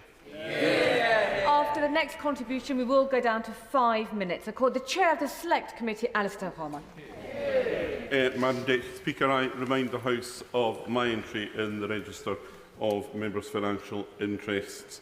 It's a pleasure to follow the honourable gentleman from Peterborough, a fellow member of the Select Committee, and indeed his honourable friend from Ribble Valley, because they both in their own way made an important contribution to the debate in giving a bit more context to it, which is important. I will vote for the motion in the name of the Leader of the Opposition today, not because it's the most elegant piece of drafting I've ever seen in 23 years in the House, but because there's nothing really there that I disagree with in it. It does feel, though, like a little bit of a missed opportunity in terms of moving the debate onwards. I don't see that as any real criticism, because it's a response to a measure in the government, from the government in the budget, which also was a bit of a missed opportunity. So it's worth just taking a minute or two to pause and to reflect on how this might have been done differently. We could have gone through the process that multiple governments and departments have done over the years, in starting with a green paper or a white paper, looking at the way in which inheritance tax has worked, look at some of the unintended consequences that it has generated. We've all heard of these super rich buying up land, inflating the price as some sort of tax avoidance measure. I have not met a single working farmer who thinks that that is something that they want to defend. So there was a real opportunity here for doing things differently. We could have built a consensus about the proper value of land. You could have built a consensus that would have looked at some of the stuff that's really not being spoken about in this debate. I speak as a former solicitor. Thankfully, I never did any executory practice. But some of those who are still in practice with whom I'm in contact will tell me quite candidly that because there was 100% relief on agricultural land, they didn't really give a great deal of thought to the valuation that went into the application for confirmation. And that is bound to have had an impact on the figures in which the government now seeks to rely. So had we done this in a proper and reflective way, I will come to the gentleman in a second, then we would have been able to build consensus on things like values and thresholds and to come to a very different way. I will take the right honourable gentleman, but I'm keen to give as many people time as possible. Very brief, Madam Deputy Speaker. Just in saying this, and I welcome the contribution from my former ministerial colleague, the point is, had this tax been levied on exactly the people he describes, the super rich, the non-working farmers, few would have complained. but it's been set at the wrong level, and that's why I asked for the detailed modelling to be made available to the whole of this House. Yes, I think I just said more or less exactly that. But, you know, a debate of the sort that I'm talking about would have allowed a wider debate around farming finances. We've had 70 years of very direct government intervention in the agricultural economy through farm subsidies. And to look at it now, taking a step back from it, important, critical though these are, the net effect has ultimately been to keep farmers poor. You look at the point where we've now come to, where there is such an enormous mismatch between the capital value of the assets being farmed and the derisory return on the asset. So DEFRA themselves tell us that it's a 0.5% return on capital. Farmers in my constituency tell me that a £3 million farm will give them an income of about £25,000 a year, and that is pretty much on point with DEFRA's own figures. We also hear about farmers working into their 80s, and it's a slightly patronising, very romantic view of doughty farmers working on into their 80s because they're seized with this sense of vocation. And there is absolutely that sense of vocation amongst farmers. But a lot of them, let's not forget it, are working into their 70s and their 80s because they have been running businesses that have had no spare money to put into a pension to look after themselves in their old age. And they need to... I'll take this as the last one. Thank my honourable friend for giving way on that point. And I think it's a really important point that he's making about just how little farmers earn. And yet they are being described consistently by members on the opposite benches as asset rich. Yep. Should they not fall